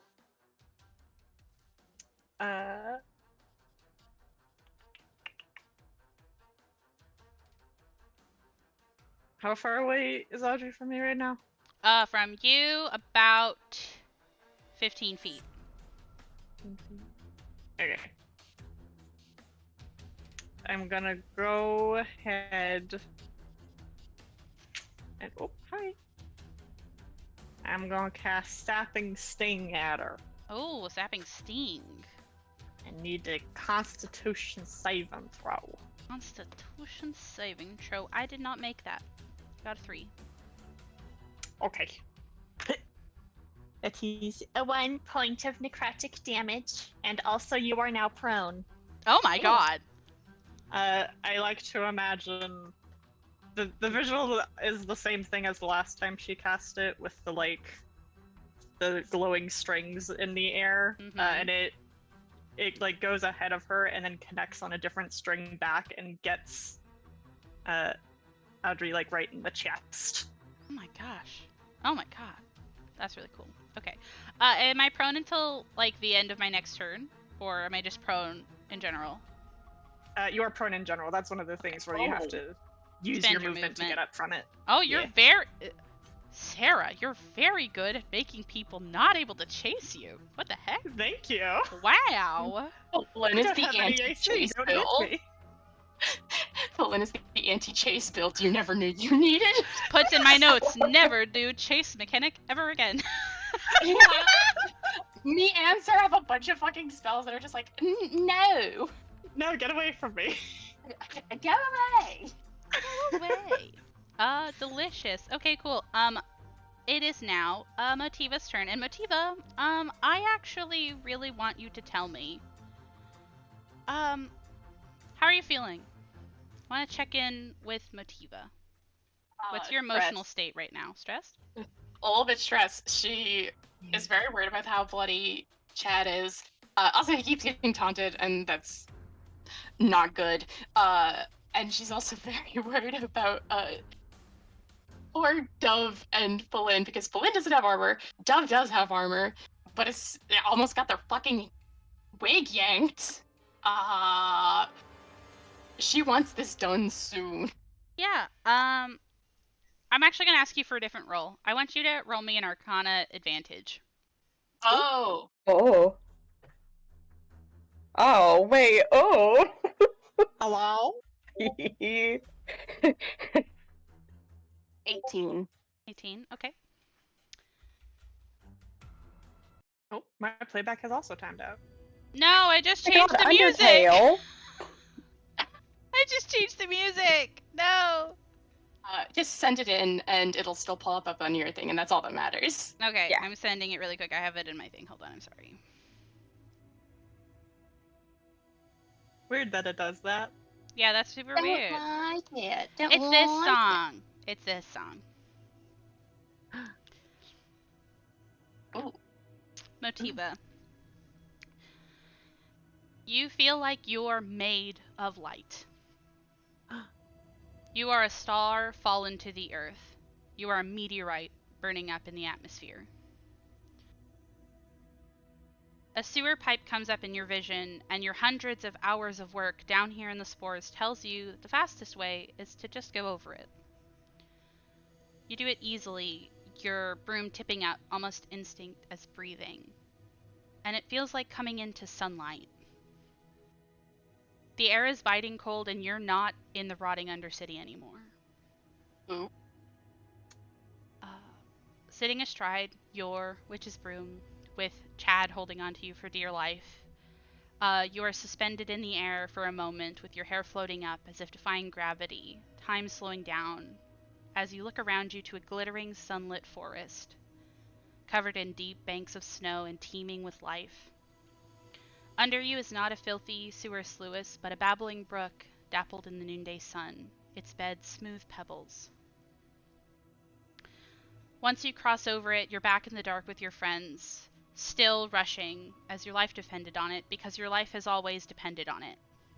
On the speed of your feet and the strength of your grit and the sharpness of your wit. Motiva, your whole life, you have been a hare outrunning a world full of hunters. But you feel like you're finally winning. Because that's the moment. When you finally find the turn that brings you to the Locopede tunnels that you remember, that you've walked every day. As you can see the light of the station. Adri left behind you, you all scramble to get over up onto the platform. And you're free. And you're back together. My God. So I don't have cure wounds on me. Can I use an Arcana check to heal Chad? Because I have used a cure wounds before. I would love that. Yes, you will have to use a spell slot. Yes, that's fine. Roll me that Arcana and see if you can heal him. Can I use inspiration? Yes, you can. I can also heal if we need to. Yeah, I literally didn't use any spell slot. Motiva's excited. What was that total? 16. 16. Yeah. You wanted to heal Chad? Yeah. You go to put your hands on him as if, like, trying to touch and help the wounds covering him, and you feel that use of Arcana, still riding the high of the moment in the forest.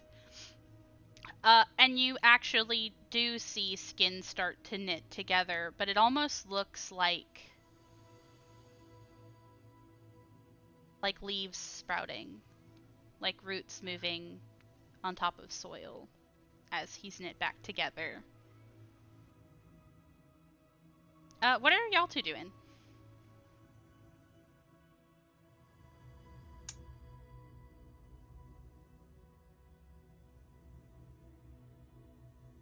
think Felina's just catching her breath at this point. Oh, fair. Y'all ain't made for fucking running. Y'all were running. Yeah.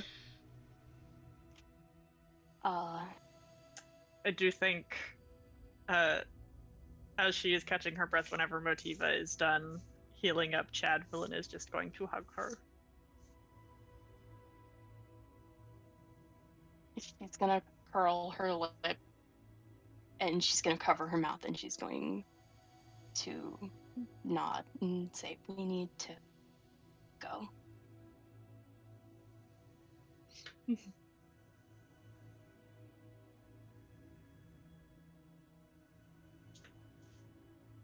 All right. Do you guys read the scroll to leave? I think so. Yeah. What's Dub wanted some fucking coffee over here? Some coffee, Right. go. Okay, let's go. All right. Okay. Coming back to Strixhaven feels strange almost. As you teleport back instead of at the Biblioplex, you are deposited in a dusty and closed wooden room that you recognize as Witherbloom architecture. And you take in that it is surprisingly full. In the back, you can see the clear figure of Nim rubbing at their eyes, their hair a bit of a mess, as well as a full grouping of the other planeswalkers that you've come to know your time, immediately coming to swarm all of you. You see Giselle with her big sad eyes and an expression that looks like a pained hope, coming forward before anyone to squeeze you in a death grip, Motiva. Followed very quickly by similar reactions from River, going up to Dove, grabbing you and sort of shaking you with this excited look. And Eleni coming over to you, Felin, to congratulate the cleverest girl at Strixhaven and how they knew that you'd be able to find a way. Before Chad goes to bodily pick up Motiva to try to put you like on his shoulder.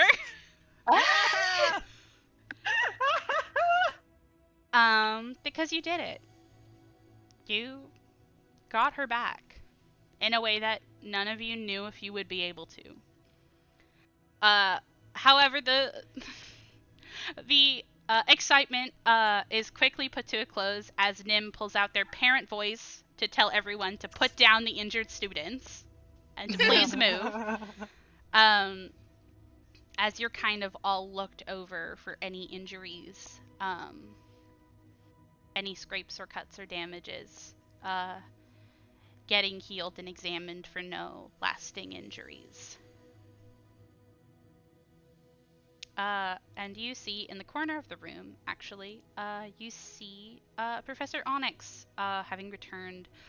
And you see her in a way that you've never seen her before, because normally you see her very austere, very put together, her makeup put in a very clear and like stoic way, her hair up in a bun, her dress covering almost all of her skin, and you see that she almost looks like she has been as busy as she sounds, her hair sort of down and wild in a way that is uncomfortable, because like this, she looks physically only barely older than any of you, mid-20s at the latest.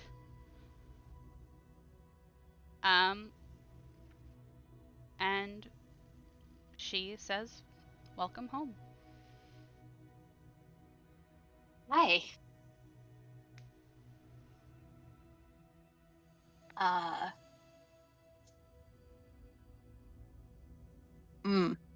Motiva's going to rattle through her languages, not abyssal, and she's going to speak to Onyx, keep saying, "Do you understand me?" Ooh, what are all the languages you have? I will send you a screenshot. Give me that screenshot. And I need to know who's here. Is it all of the planeswalkers? It is not all of them. I can give you a list. Okay. I guess the better question is Musim here? Oh, that's a good question. I definitely think Giselle, River, Eleni are here. Chad obviously went with you. I don't think Musim is here. I don't think That's all I need Talisha to is here. worry about. That's all I need to worry about. Okay. Yes or no?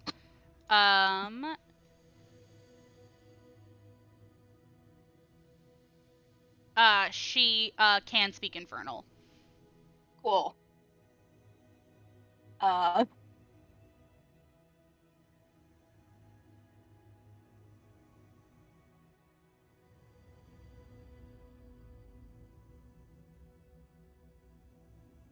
He's going to rattle something off.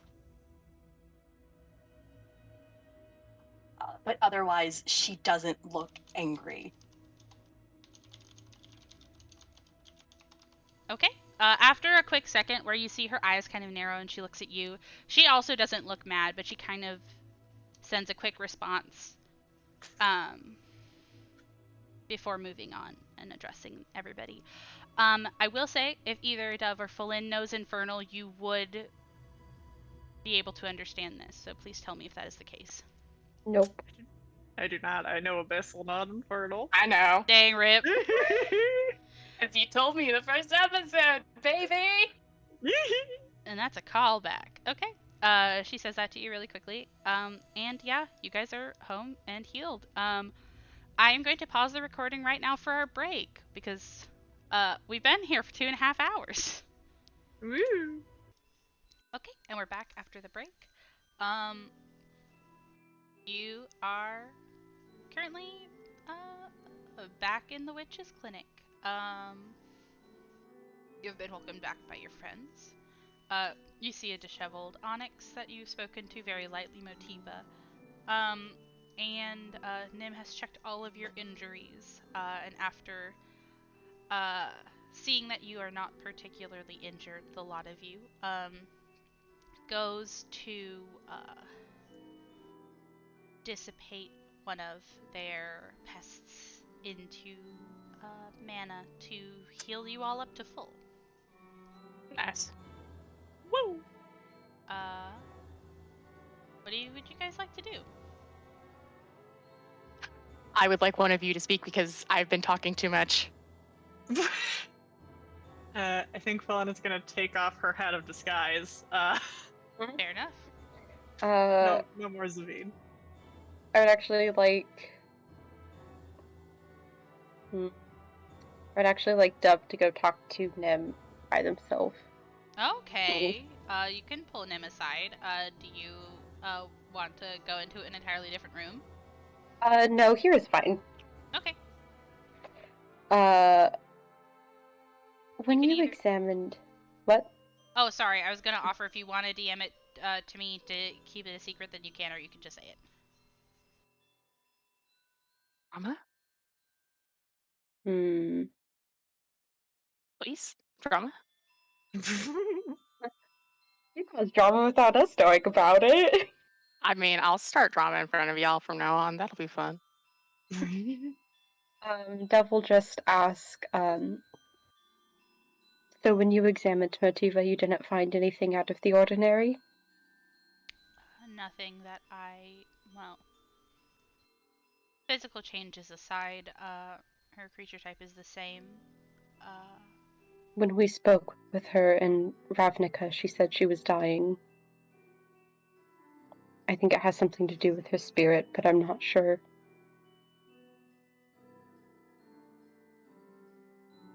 You see that there's sort of like a tightness to their expression as they look at you and they look over to Motiva. And they say, well, I was told to look over physical injuries. I assumed that you would be fighting. But I will... It happened before we got there. I think since she's been there, this has been happening. I will take her to the side and examine her more then. I just wanted to give you all a bit of time, but... Thank you, and I'm sorry, but I can't help but worry. I'm sure you can understand. Of course. I'm not sure that she would have. She's come to me about a few things about her physicality, so I like to think we've got a good doctor-patient rapport. And you see there's like a Fair. twitch of their lip. Mm-hmm.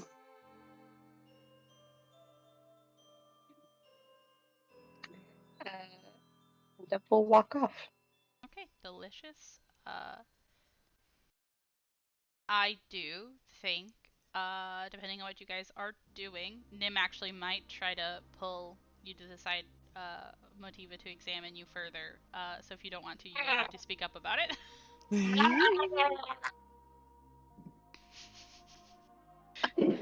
Bites Nim, bites Nim.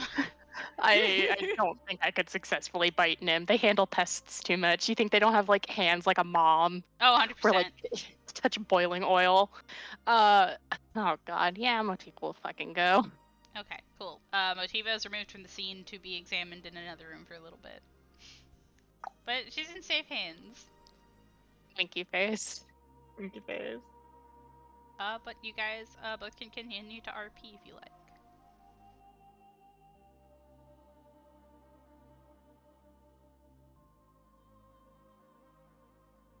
Owen. Hi. I'm trying to think if there's anything she would do.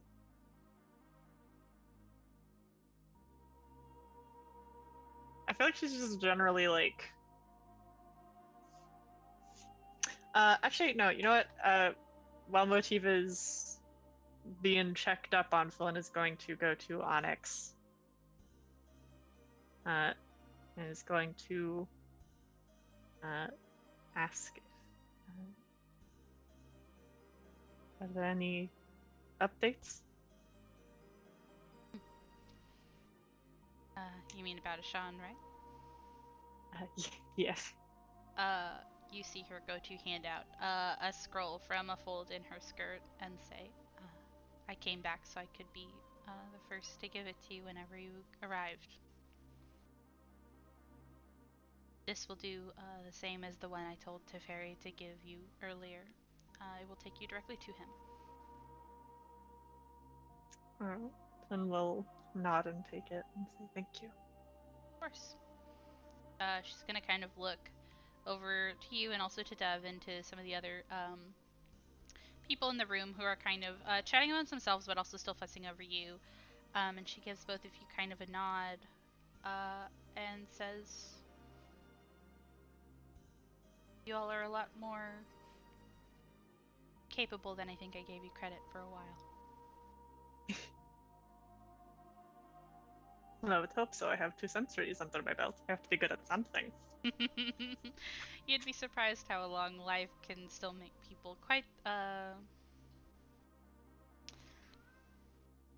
unwise.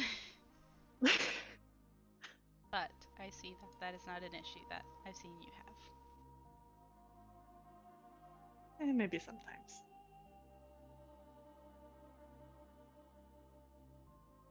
Alright, I think she's also gonna gesture to Onyx's hair and say, and how have you been faring?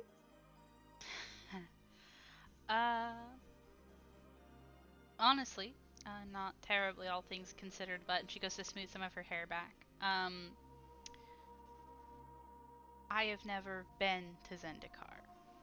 It is a bit out of my wheelhouse. Ah. I take it that was from Wind? Wind and a lot of physical activity. Calling it a place that is not civilized is incorrect. It is more correct to say that there are no civilizations on Zendikar. It is a very wild plane that rejects the building of cities and large-scale infrastructure. So it is not particularly fun to traverse around, but we got it done. Well, thank you. Of course. Okay. I have high hopes that you will be able to recover him. Be better.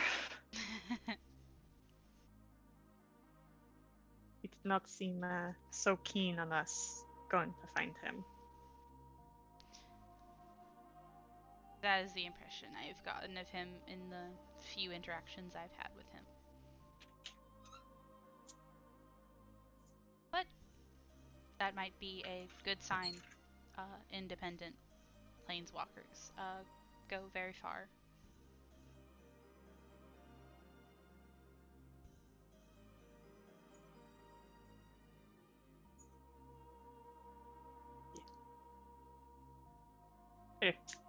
That's all I want to do. Okay. I am Motiver. You're getting looked at. Dove, if there's anything you want to do, I would love to hear it. You can go to Motiva's thing. Okay, are you sure? Yeah. Okay. You get looked at, and you get studied, and you get poked, and you get prodded, and you get, like, force-fed mana for a while. I want to say it takes probably, like, an hour, these tests. You're not 100% sure what Dove told Nim, but Nim is very certain that they have to do a lot of tests on you now all of a sudden. And at the end of it, they kind of go to sigh and put their hands on the table and kind of look down at you and say, well, it escaped my notice the first time I looked you over, but your aether is very dwindled. Levels are a bit lower than I would expect a mage, but calling them stable would be incorrect because they've been actively going up the entire time I've been examining you. So hopefully whatever issue caused that is no longer. Did somebody sell me out? I am under legal obligation to not share patient information. I am the patient, and I will simply ask one of them later. Your friends care about you very much, Motiva. I know. They're very dumb over it. I'm glad. Well, you can tell me about what's happening, or I can poke and prod you for another couple hours and figure it out that way. Want to see me naked? She's trying to shock Nim. She is purposely trying to make Nim stutter. Oh, that's fun.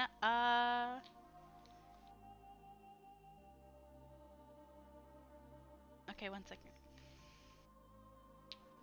I never thought I'd have to make a wisdom saving throw to not balk at something. I am purposely trying to give someone psychic damage. Emotional damage? You see their eyebrows do kind of shoot up and they kind of look at you.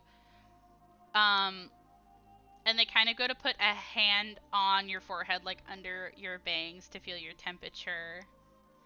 And I do think they would say something. I do think that they would have a witty little quip. So give me just a second.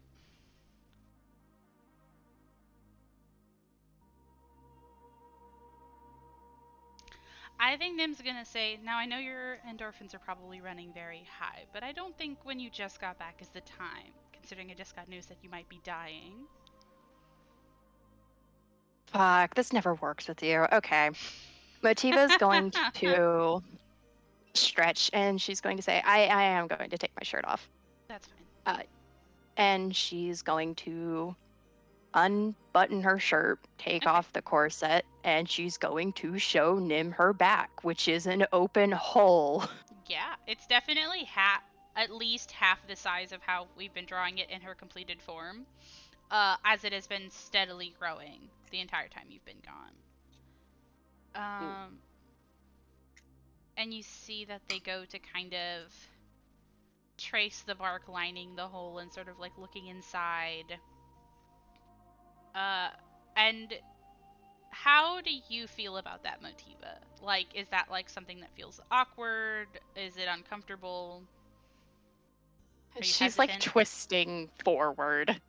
Okay, the minute Nim leans forward to look. You hear a hiss from your back, and they pull their face away a little bit, and they say, "Now, no need to get testy."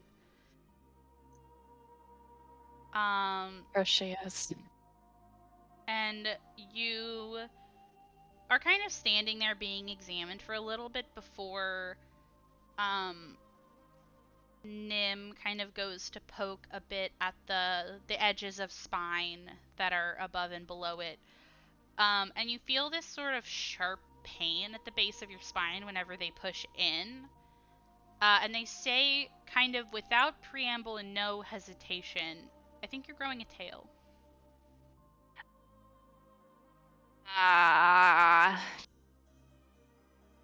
That I'm was much sorry, was even that too pain. blunt? Like she's like in pain. She's just like, yeah, great. Okay. That's fine.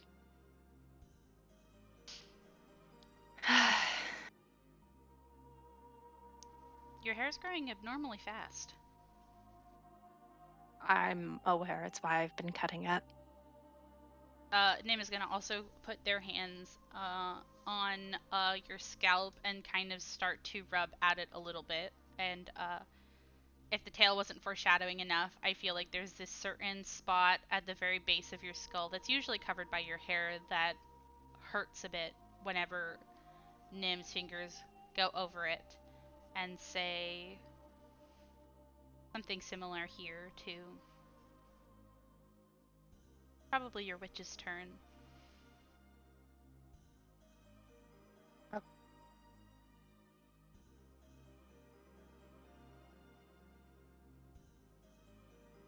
Okay. I can handle that.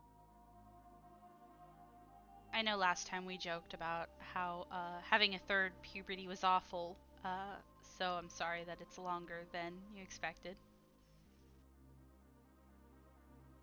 It's fine. I will find a way to deal with this. I'm sorry she hissed at you. It's understandable.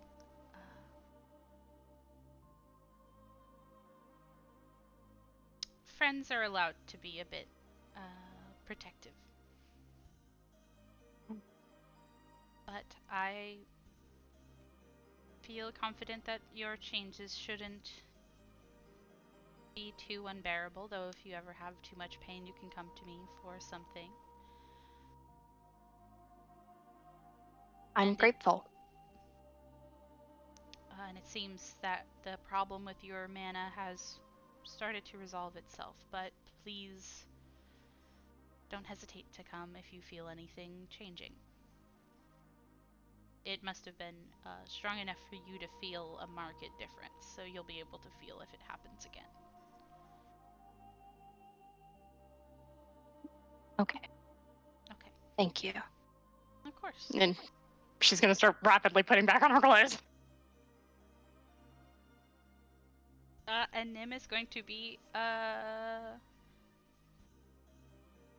I think that Nim is just gonna kind of usher you back out into the room, but I don't think Nim comes back out to this waiting room. I think that Nim, you realize as you're kind of going around that this is in the witch's clinic in general, so Nim goes to do something else. Motiva goes straight up to the gang. Yeah. Woo. Gang, gang. Gang. You might want to change the song. Oh, I'm sorry. No. Oh, that's Not scary. the music. No, stop listening. Don't look at my music. Wait, why is it doing that?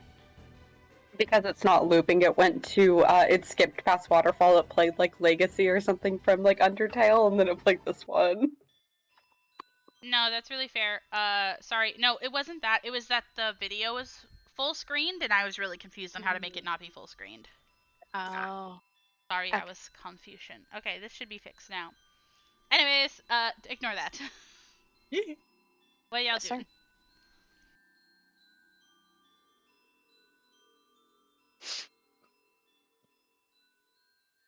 Where is Ashan? Flynn is going to hold up the scroll that she got from Onyx, and he's going to say, oh my god, hang on. Zendikar. Zendikar, there we go. Sorry, I fucking blanked. That's so fair. It's a weird word. I'm just gonna hold up the scroll and say, he's in Zendikar. I've just gotten this from Onyx, so we can go and get him whenever we are ready.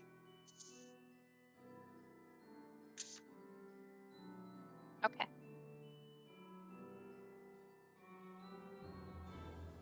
How are you feeling, Motifa? I'm perfectly fine. Thank you very much for asking. I feel a lot better. No offense to Ravnica, it made me feel a bit sick. Understandable. It is not the most ideal environment. Yeah, it might be more ideal if I wasn't in the sewers. Probably. You were in a lot of spore tunnels and rotting mansions. Yeah.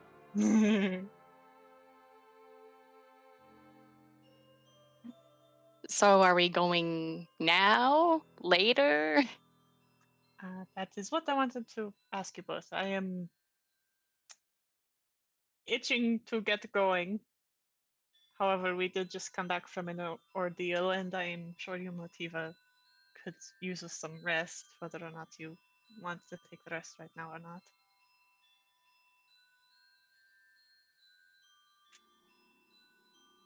I think I'll need one night's rest, but we can leave as soon as I wake up. But that's only if it's okay with you, Dove. I don't know if you have any plans for trying to get a hold of Sean. No, we've just been waiting to hear from Professor Onyx. I'm ready as soon as you all are. Okay. Okay. So you guys go to rest for the night? Yeah. All right.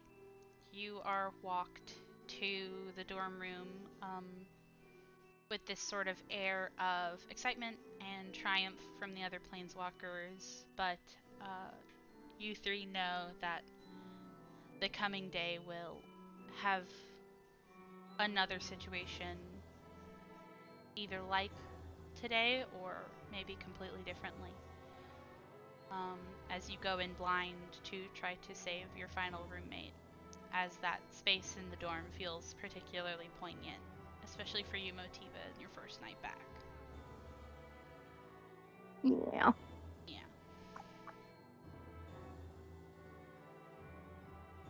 Do you think, while Motiva is back and before going to sleep and whatnot, Philid is going to be very doting? She is going to continuously ask Motiva if she's okay and if she needs or wants anything. Oh my god, Mom Lynn. Mom Lynn. Lynn would just keep being back up. No, thank you. No, thank you. No, thank you. No, thank you. Not good. As Motiva just fondles her guitar.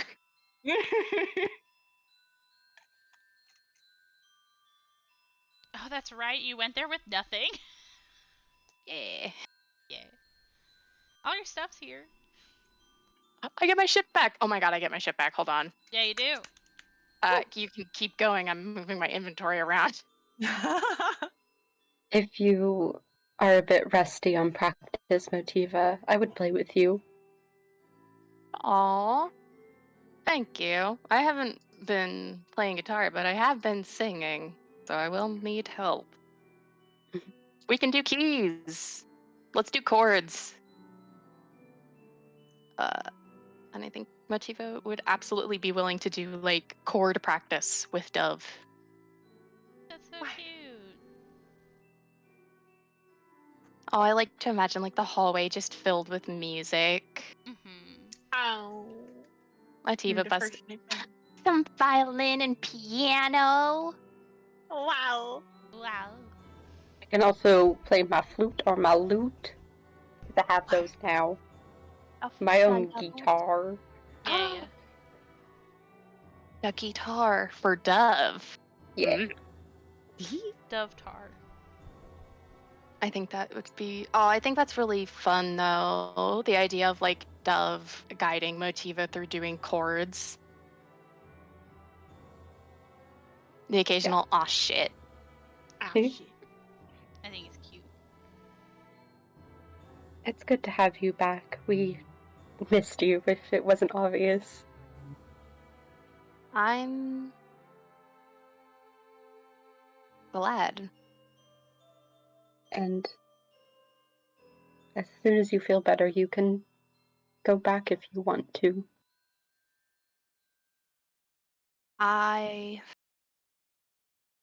I'll give it a minute. I think I'd like to talk to Miss Professor Onyx before anything. I have to tell your mothers. My what?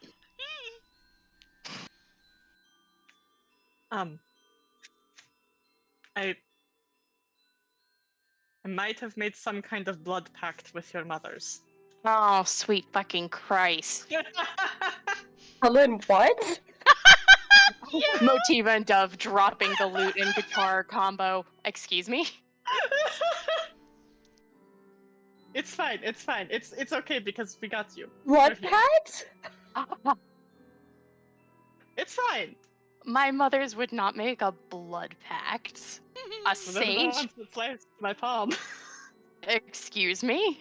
I also did this, and she's gonna hold out her journal that has the burnt handprint on it.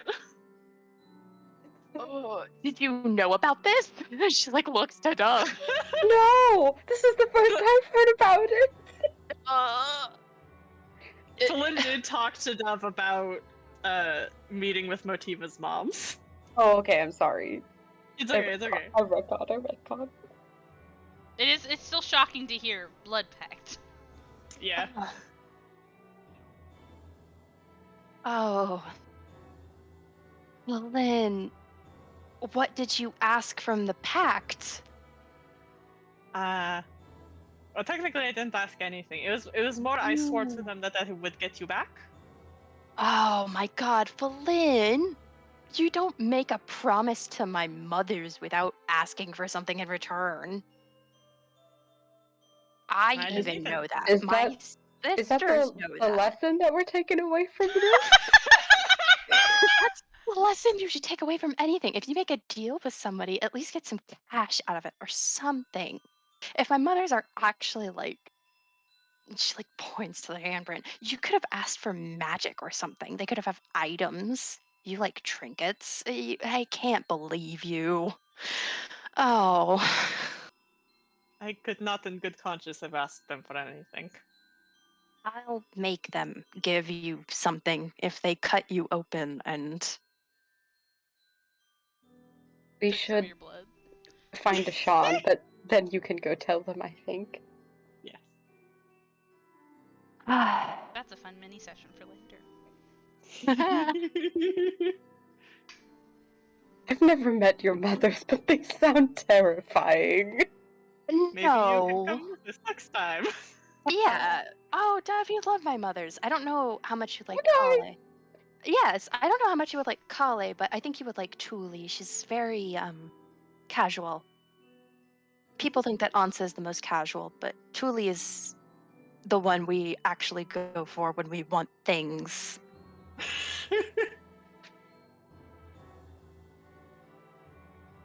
She is the have you asked your other mothers yet person, and then if you say yes, she might let it still happen.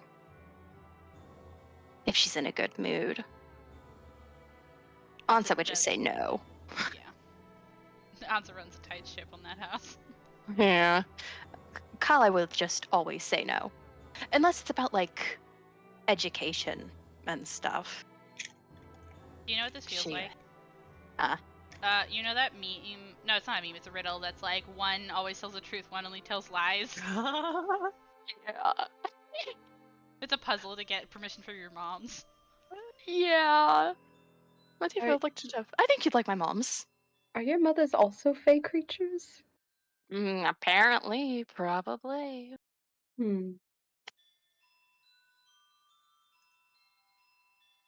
I've never felt particularly like a human my whole life, so I imagine it's a bit much for them. They kind of admitted to it last time I saw them. So, no, they aren't human. They could probably, not to bring it up again, but they could probably help you with whatever is killing you. Probably. They'll also be able to tell me what the fuck I am, and also what's going on with my sister.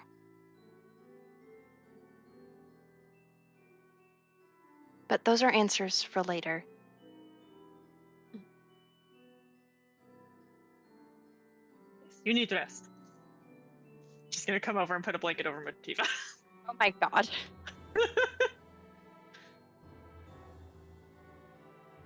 And so you guys rest. And you take the night to recuperate and come to the morning fresh. Motiva in particular, your hair has grown another 3 inches. Your roots now reaching your chin. Ah, fuck. Do you want me to cut it for you? No, it's fine. Since I'm not working in sewers anymore, I can just put it in a ponytail.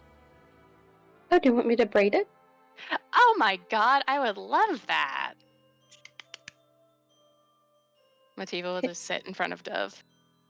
As Dove is braiding Motiva's hair in the morning. I also want Dove to say, kind of like offhandedly as they're working, I know that I upset you back in Ravnica, but I do want you to know that you can be yourself around us. You don't have to hide.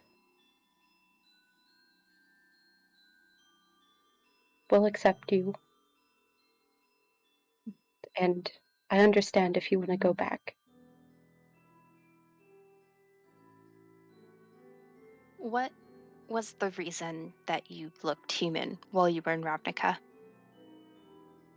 I didn't know what we were getting into. It's natural for you to make sure that you can change to match your surroundings, right? You're never Sure. not yourself, but you're surviving.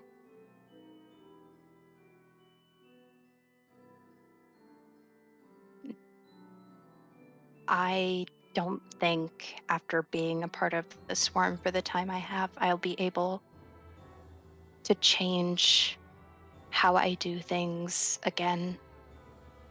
So you will see who I really am. But I never meant to hide it from you I on know. purpose. I know you didn't, but your answer was just so sad. I don't want you to have to feel like you've never lived before. That's all. I'll be able to now.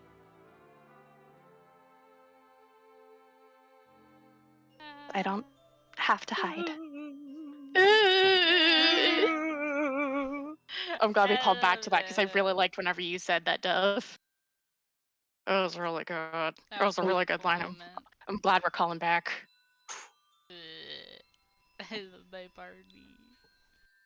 My blorbos. Dev will finish braiding Motiva's hair, and I think also ask if Motiva would like any food before we leave. I would fuck somebody to death for some goddamn coffee. Actual coffee. Real fucking coffee. Real Let's go meat stop by the too. cafe. Yes. Real meat, real sugar. Oh god. Yeah. you guys go over to the Fire Jolt Cafe to get real coffee and a real sandwich and something that isn't like a mushroom risotto, but the same one for Wait, every meal. What's up? how is Mina there? Yeah, don't worry, I was gonna say that. Okay. Mina's the one manning the station. And I'm sorry if me ever describing students' reactions to you showing back up, Motiva, is ever annoying or dramatic, but the weight of this is so big that when you walk in, the room is still busy. Like, the cafe never slows down. But it is natural for Mina to look over to the door whenever the bell rings to see who's coming in, to see if there's a line, to see if there's a rush. And she sees the three of you. And she leaves behind the bar to run up to you. To Oh my throw her god. arms around your shoulders and to squeeze you. Hi. Uh, I hug back. I think that she actually lifts you up a little bit and it's like, you crazy motherfucker, you're back. Yeah. Did y'all think I was gonna die? Please tell me you No. didn't write an obituary. No, I didn't. We're fine then. I did write that you were missing, though. If you have a lot of reactions, I'm sorry.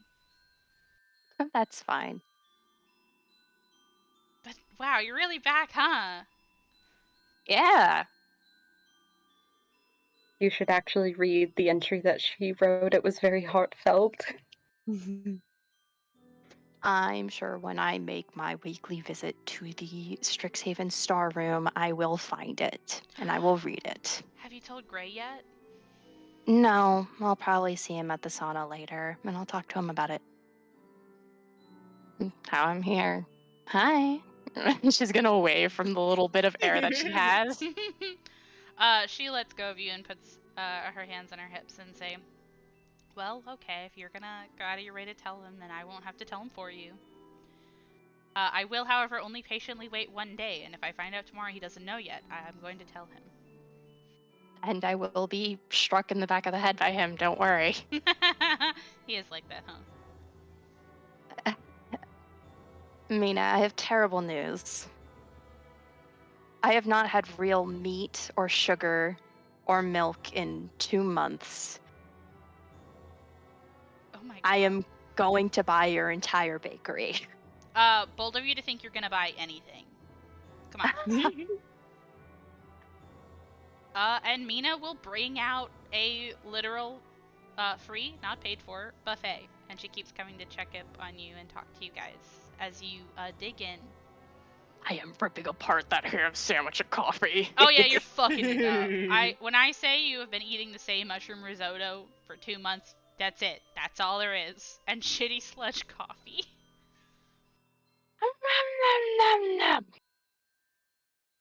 She just looks like a fucking animal.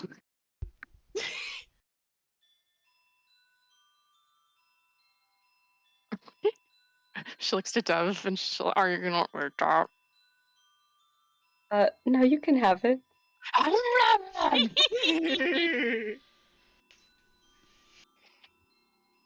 So when are we leaving? As soon as you're done, probably. Whenever you're ready to go. Motivo will fucking body this food. Nice. It's And extremely satisfying. meow. Man. And I am ready to go. I want Ashawn in my goddamn line of sight right the fuck now. Hell yeah. Yeah. I am gonna go use the bathroom because I downed some coffee during the break, but as soon as I come back, we'll do it. What if I was a little pissed boy? I I don't actually. I pressed play right as you said that. You're gonna very clearly hear yourself on the recording say that. Okay, that's fine. I'm Sometimes you have to think before you speak. Is it kind? Is it helpful? Okay. Yeah, what's up? Nothing. I fucked myself already. Please go ahead. Yeah, So, you guys can go ahead and do, the scroll. We are immediately assaulting Ashawn's senses. Yeah. You guys go and you find a nice patch of grass in the commons. Use the scroll as you flitter out of existence to a new place, changing the.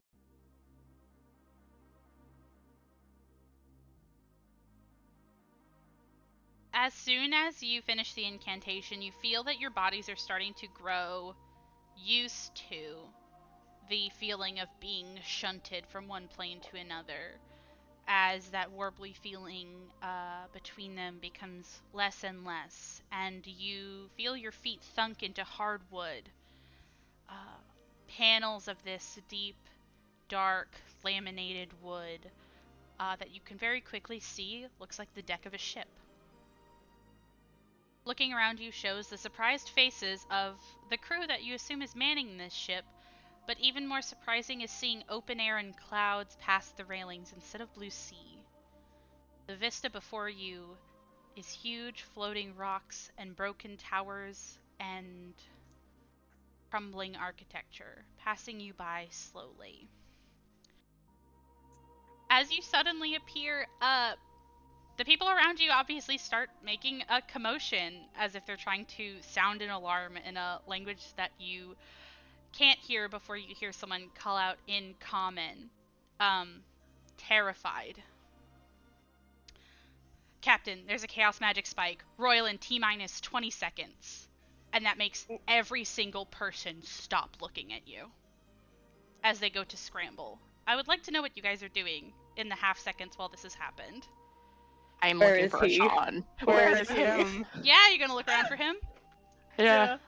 You go to panicked look around and you're looking for any core, any sign of the familiar features of this person that you know, and you're finding dwarves, you're finding humans, you see the occasional elf, but you're not seeing him until you hear similar thunks of heavy boots landing on the wood of the deck as somebody lets out a sharp war cry.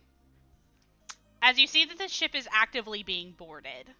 Oh my god. Oh my god. Oh my god. You look behind you in the direction of that, and your gaze lands on a surprisingly familiar figure.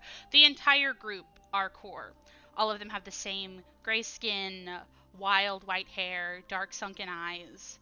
But you see a figure that you can't help but feel familiar to.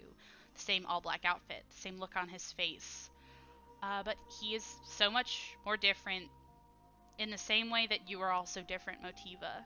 Scars litter his body, 2 hooks in his hands now instead of 1, and you see particularly bad scarring highlighted on the sides of his face. And you hear this sort of clamoring yell from the crew members that have been picking up ropes, grabbing onto railings. It looks like they're barely even thinking to defend their ship as they are getting ready for something. As that same voice in common says, Royal in 10 seconds. What are you doing? Oh, I'm going to run to Ashawn. Okay. I'm going to grab onto something. Okay. I am gripping him. Okay. What are you doing, Dev? I'm going to run to them too. Okay, awesome. You're gonna come up to Ashan and Mativa, and then Flynn, you're gonna grab onto something. Do you want to grab onto like a railing? You can grab onto like the stairs. There's like that, you know, that thing on like the deck of a ship that's like the lattice work that sees down into the belly. What are you thinking will give you the best chance? Oh god. I would like to do something after Philin is done. Okay, awesome. I'll go to you and then I'll go to Mativa after that. I think I'll just grab onto that lattice work. Okay. Bit. You go to. What's up?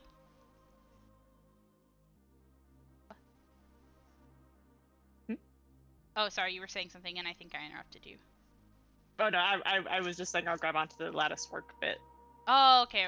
Sorry, I thought it was butt. So you go and you go to like come down to your knees or crouch to hold on to the lattice, following the the lead of everyone else who seems to know what's going on. Dev, what are you doing? I'm running up to both of them. I'm going to grab onto them, and I'm going to prepare Featherfall just in case. God, you're so smart, babe. I love it. Let's go, dude. Awesome. You're going to hate what I do next. Oh god. Motiva, what are you doing? You can tell me if I can't do this. Motiva is going to try to kiss Ashawn. Oh my god. Felina's I'm sorry. gonna call out, so just like grab onto something. This is the I'll be fucking fine. time. I've got them. I'll be fine. Dove, you're the most caring and well prepared third wheel as you see Motiva not even thinking of the danger. Go up Dev to don't Ashawn. even care. Dev is just like, I gotta get these bitches ready. And you see it. He goes to turn to you both, approaching him very quickly. And he almost looks like stands up for a second, hooks in both hands, legs spreading to give him a better vantage if this was an attack. And you go to throw your arms around him and kiss him in the same second where he realizes who he's looking at. And not to be gay on stream, but I do think that despite how tense and how ready and how shocked he is, I feel like he holds on to you. I feel like he puts an arm around your waist and a hand in your hair. As Dove, you go up to grab them, obviously holding on to these two idiots when something obviously very terrible is about to happen. As you hear the last call yell out, "Royal incoming, brace yourselves." And I need everyone to make a dexterity saving throw. Oh, As Can I guidance myself? yes, you can, because you had you're thinking ahead. I'll let you do that. 18. Okay. 17. 17. Okay. What'd you get, 19 plus 4. Sarah? Delicious. Fantasy.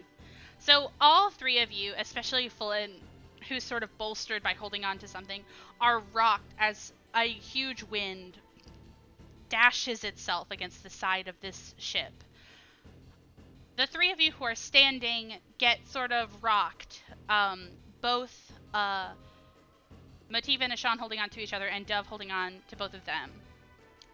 And you keep your footing for the split second before the ship turns entirely sideways. Yo! And you guys are both falling towards the railing at a now slower speed because of Featherfall. But Flynn, you are rocketed and having to hold on for dear life on your lattice Wait. work. No. Featherfall affects up to 5 falling creatures within range. It wouldn't technically affect us until we were falling, but I can get full in. I will let you do Flynn then. Delicious. Because it would affect how slow you fall, I'm going to say that it's easier to keep a hold of, but I would still like you to make your thing.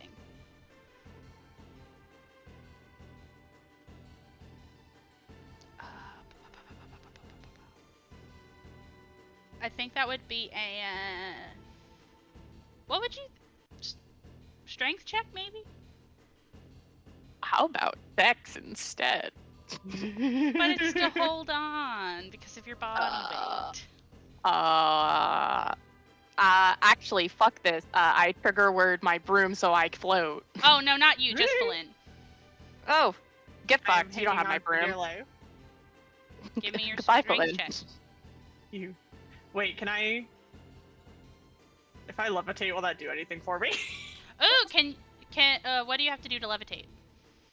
It just happens. Yeah, you can levitate. You can start flying.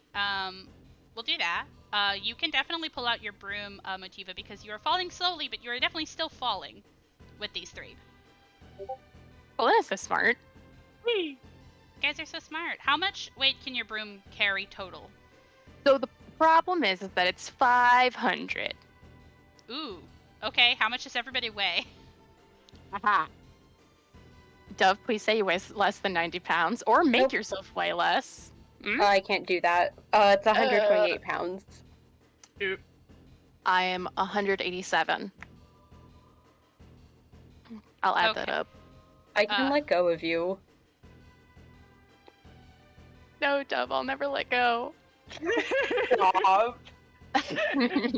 Okay, if I see Motiva getting on the broom and like pulling a shot onto the broom, I think from the last time I think Dev would be able to like understand like only a certain amount can like fit on the broom, only like I really feel like you two see it people actively anyway. dropping, you know what I mean? Like it's also falling Yeah. with you. So Dev will see that and just let go. Okay. You are feather falling, so I think you definitely can have your feet land on the railing before falling past the ship. As people scream around you and the ship slowly goes to rewrite itself. I think the next thing that happens... sorry, gang. This is a very chaotic section of the thing. Yeah, what the fuck is going on? It's fitting for the environment. Yes. Is Ashawn a pirate now? I think he is. You don't know. Good for him. Those were the vibes. Good for him. Days. I guess. And my man is fucking like Lord of the Fliesingen over here. Yeah. But as the ship goes to kind of right itself, you are called to attention, the other core on this ship, as combat starts to ensue. All four of you are kind of in this pocket where nobody is technically fighting around you as you're trying to orient itself, but you notice that any magic that is being cast of an elemental nature almost takes an explosive tint to it, as the rocks floating around the architecture are also feeling almost magnetized to this ship and creating a very rocky surface. I would like to hear about what you guys are trying to do in general on this ship during this sort of cacophony before I make anything else big happen. Fuck. I think Dove will call out to the two on the broom and Felin if she can hear that, like, we need to go. Yeah, I think Felin is trying to make her way towards the gang. Okay. Levitate, you can push off stuff, right? Yes. I will definitely say that you can do that. I will not be a dick about it. Nice. I hate when people are dicks about levitate. I swim through the air. Yes. You are pushing yourself along the wood, hoping to God nothing else fucking happens. Yeah. You guys all sort of come together. And you see Ashawn sort of takes in Dove and Motiva. Haven't really been able to say anything yet, but you feel like you hear him sort of yell over the cacophony, where's the other one, right before Felin comes into view. I keep feeling like you guys are like huddled together, trying to stay close in my head. Beaten. Yeah. But you actually hear a voice from above and sort of to the west of the ship. That goes to yell, Ashawn, 12 o'clock. And as Ashawn goes to look up, you all go to look up. And you see a massive corner of a parapet now falling towards the ship. And Ashawn lets go of you all. To stand on the deck by himself. Sorry, what was being said here? What are people sending here? Okay, this is clap emoji, never mind, doesn't matter. I'm sorry, I have to keep track of the chat. No, you're okay. tangentially, the person who said that is actually a core riding a deer that is jumping between floating rocks. That's a real Yo. thing in Zendikar. I can show you the card. It's really cool. What the fuck? Yes. What the fuck is going on? And you see in kind of this split moment where Ashan stances up, you see him pick up his hooks again. And he almost goes to draw an X in the air upwards as you watch cracks appear upon the stone as they split apart and avoid the ship.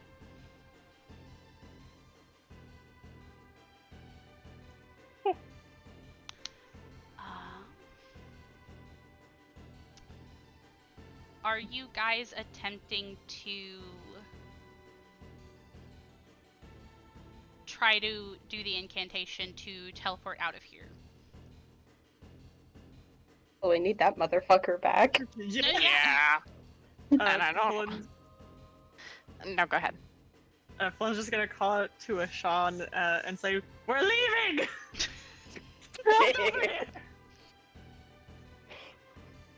He's not far away from you. He's only a few feet. He just let go and stepped away from you guys. I grabbed the back of his collar. Yeah, you can yank him. I think he definitely goes to snap at you for it, but you have a hold of him. Enough with the heroics, we're leaving! Are you a fucking pirate? Read the incantation. I think they prefer raiders. Oh my god.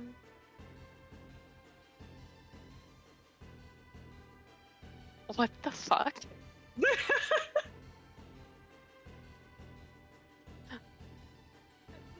Oh.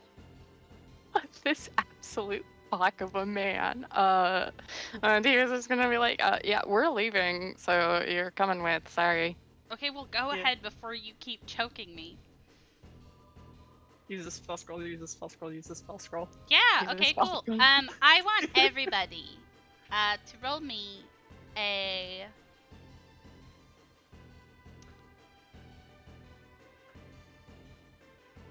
What? A what devil? I'm trying to decide if I want you guys to do a dex save or a constitution save. No, Why? concentration save. I don't know why I said a constitution. Concentration check is a constitution save, isn't it? I think. Yeah, that It one. is. As you are trying to frantically cast this spell before something else happens. I will say, as set dressing while you're making that roll, you do start to see over the corner of this ship the head of a water spout. Ooh. So that's fun. Woody. Okay, so it is a constitution saving throw? It is. Okay. A concentration check. Ayo. 11. Thank God, 10. Everybody got 10s across the board! All the way middle road. I feel like Oh. what happens is that you guys are trying so hard to finish the incantation, but Ashan can't stop like being aware of what's happening.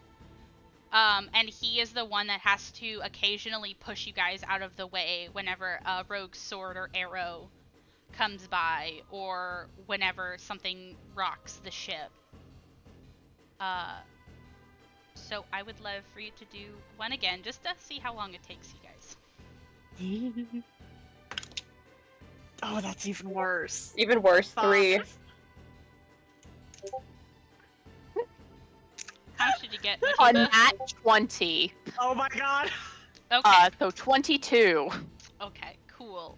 So I think what this means is I think that you guys get it, but I think it gets harder and harder as the ship starts to sort of drop out of the sky a little bit. And so, Motiva, with that number, I think that Ashan kind of drags you guys over to break the lattice work to go into the belly to try to get in the ship to be a bit more protected. And Motiva, you're the one who gets the last sort of word out before you're whisked away.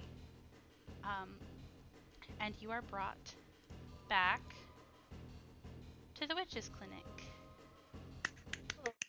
Fuck. Woo! I The hug room, him. huh? I Hug. hug him. Oh I my hug him. gosh! We hug Hug, him. hug, hug. Group Dog pile. hug. I feel like Dove hugs him, and then Mativa hugs him, and then Flynn, and he's like, "What?" And I feel like he just falls over, and you guys are on the ground hugging. His Told you hook it's sort of comforting you, clattering to the ass. ground. What's up? Told you it's comforting you, you ass. Why would we ever you give up on you? Did you say we wouldn't fucking come for you? I hate Yes, you. he did. I. Dos malai, dos malai. Taps his head. Listen, No. Go ahead. you see him kind of work his jaw, and he kind of like looks up at the ceiling, but he's obviously like holding you guys all kind of like dog piled on top of him. And he kind of goes to really quietly say, I didn't even know if you could find me.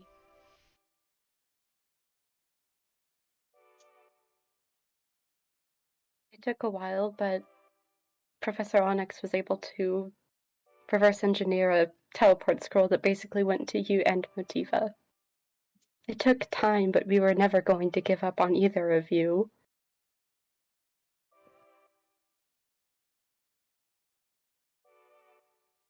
I want you to roll me an insight, Dove. Okay. Oh, can I? Oh, fuck. I was gonna try and give advantage to it. Give No, me bardic, Motiva's give gonna. me bardic Yeah. inspiration. Motiva's gonna look at Dove and just be like, "Can you imagine the fit that all of us would have done if a fucking Onyx just said no? Actually, fuck the core. Fuck Nat him. 20! Yeah. So you guys are kind of bantering, and you guys are like, oh, you motherfucker. Of course we were gonna get you, ass, you with your heroics. And Dove, you're looking at Ashan, kind of head against the wood of the ground and looking up at the ceiling, and you can see the faintest sort of pressing of his lips together. Oh. And you can see the way that they shake a bit as he Oh. kind of squints up at the ceiling and just holds you guys. Oh. We told you from day one, you are stuck with us. Yeah, you thought you could run away? Good luck. Yeah, fucking pests. Always in my business. Yeah. He's squeezing you all so tight. Oh. I'm gonna cry. This is so soft. I love that. Motiva is prone on top of a shot. Yeah. Yeah. I think another thing that you guys would notice as you kind of get closer is that you get to kind of see more of the state he's in, and I will send his art in again because I really like his art. Yeah.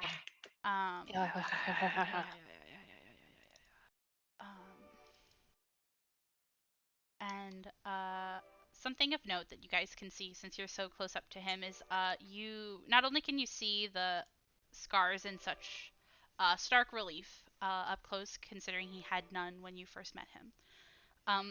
You also can see that there is a faint but noticeable twitching in the muscles of his face. And at first it can be really easy to chalk up that like, oh, it's everything that was happening, it's the emotion, it's this, it's that. But you see, even after this moment sort of passes and you guys all start to go to sit up to move on, it doesn't seem to go away. We're in the witch's clinic. Yes. Motiva's gonna call out for Nim. Yeah, you can go and you can get Nim. Nim is in a side room, but you can pull Nim over to you guys. Thankfully, you guys are a lot less injured than you were last time. The emotional whiplash is just insane. Yeah.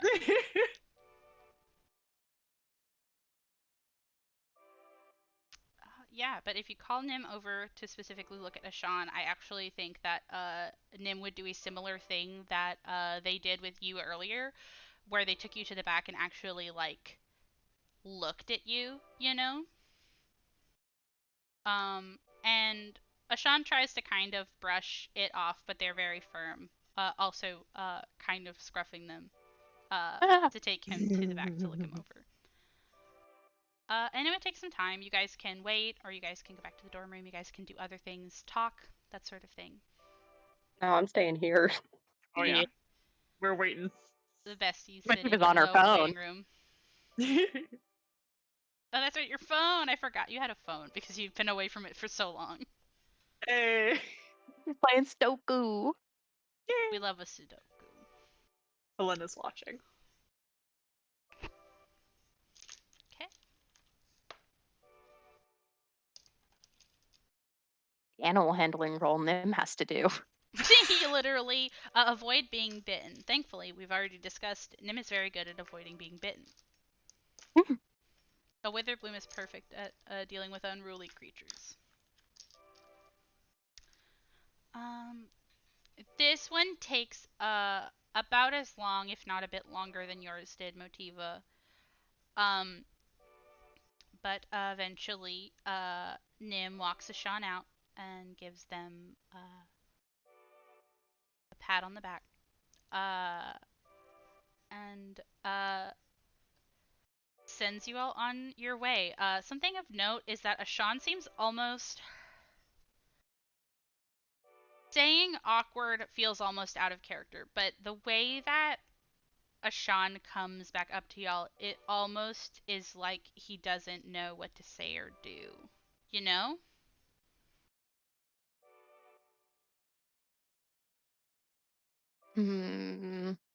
Is everything okay? Oh, yeah.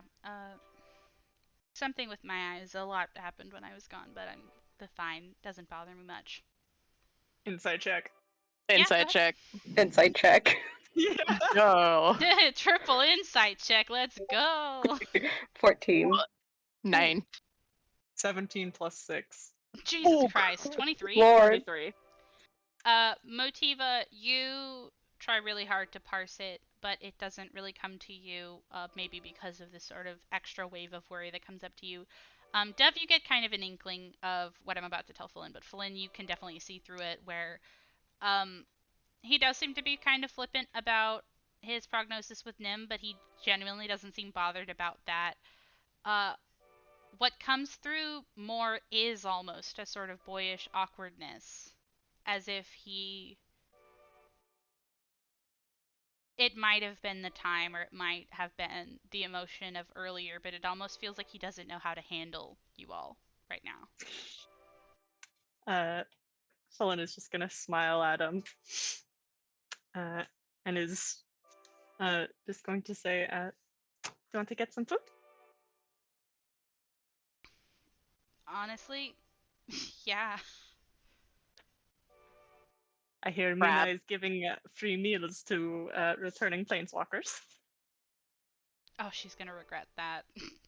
He already laid out a whole buffet for Motiva this morning. He didn't save me any, and he's gonna kind of like gently punch her in the shoulder, you know, that kind of like one that like knocks you back a little bit. I have only been eating mushroom risottos for 2 months. I get to eat anything I want. Ew.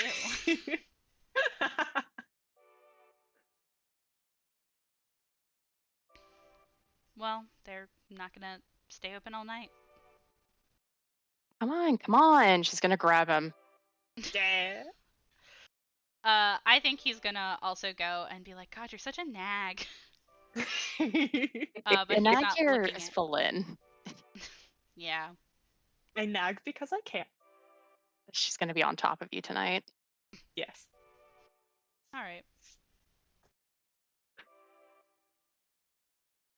And you guys walk off into the twilight to go eat at the Firejewel Cafe and actually have a full dorm room again.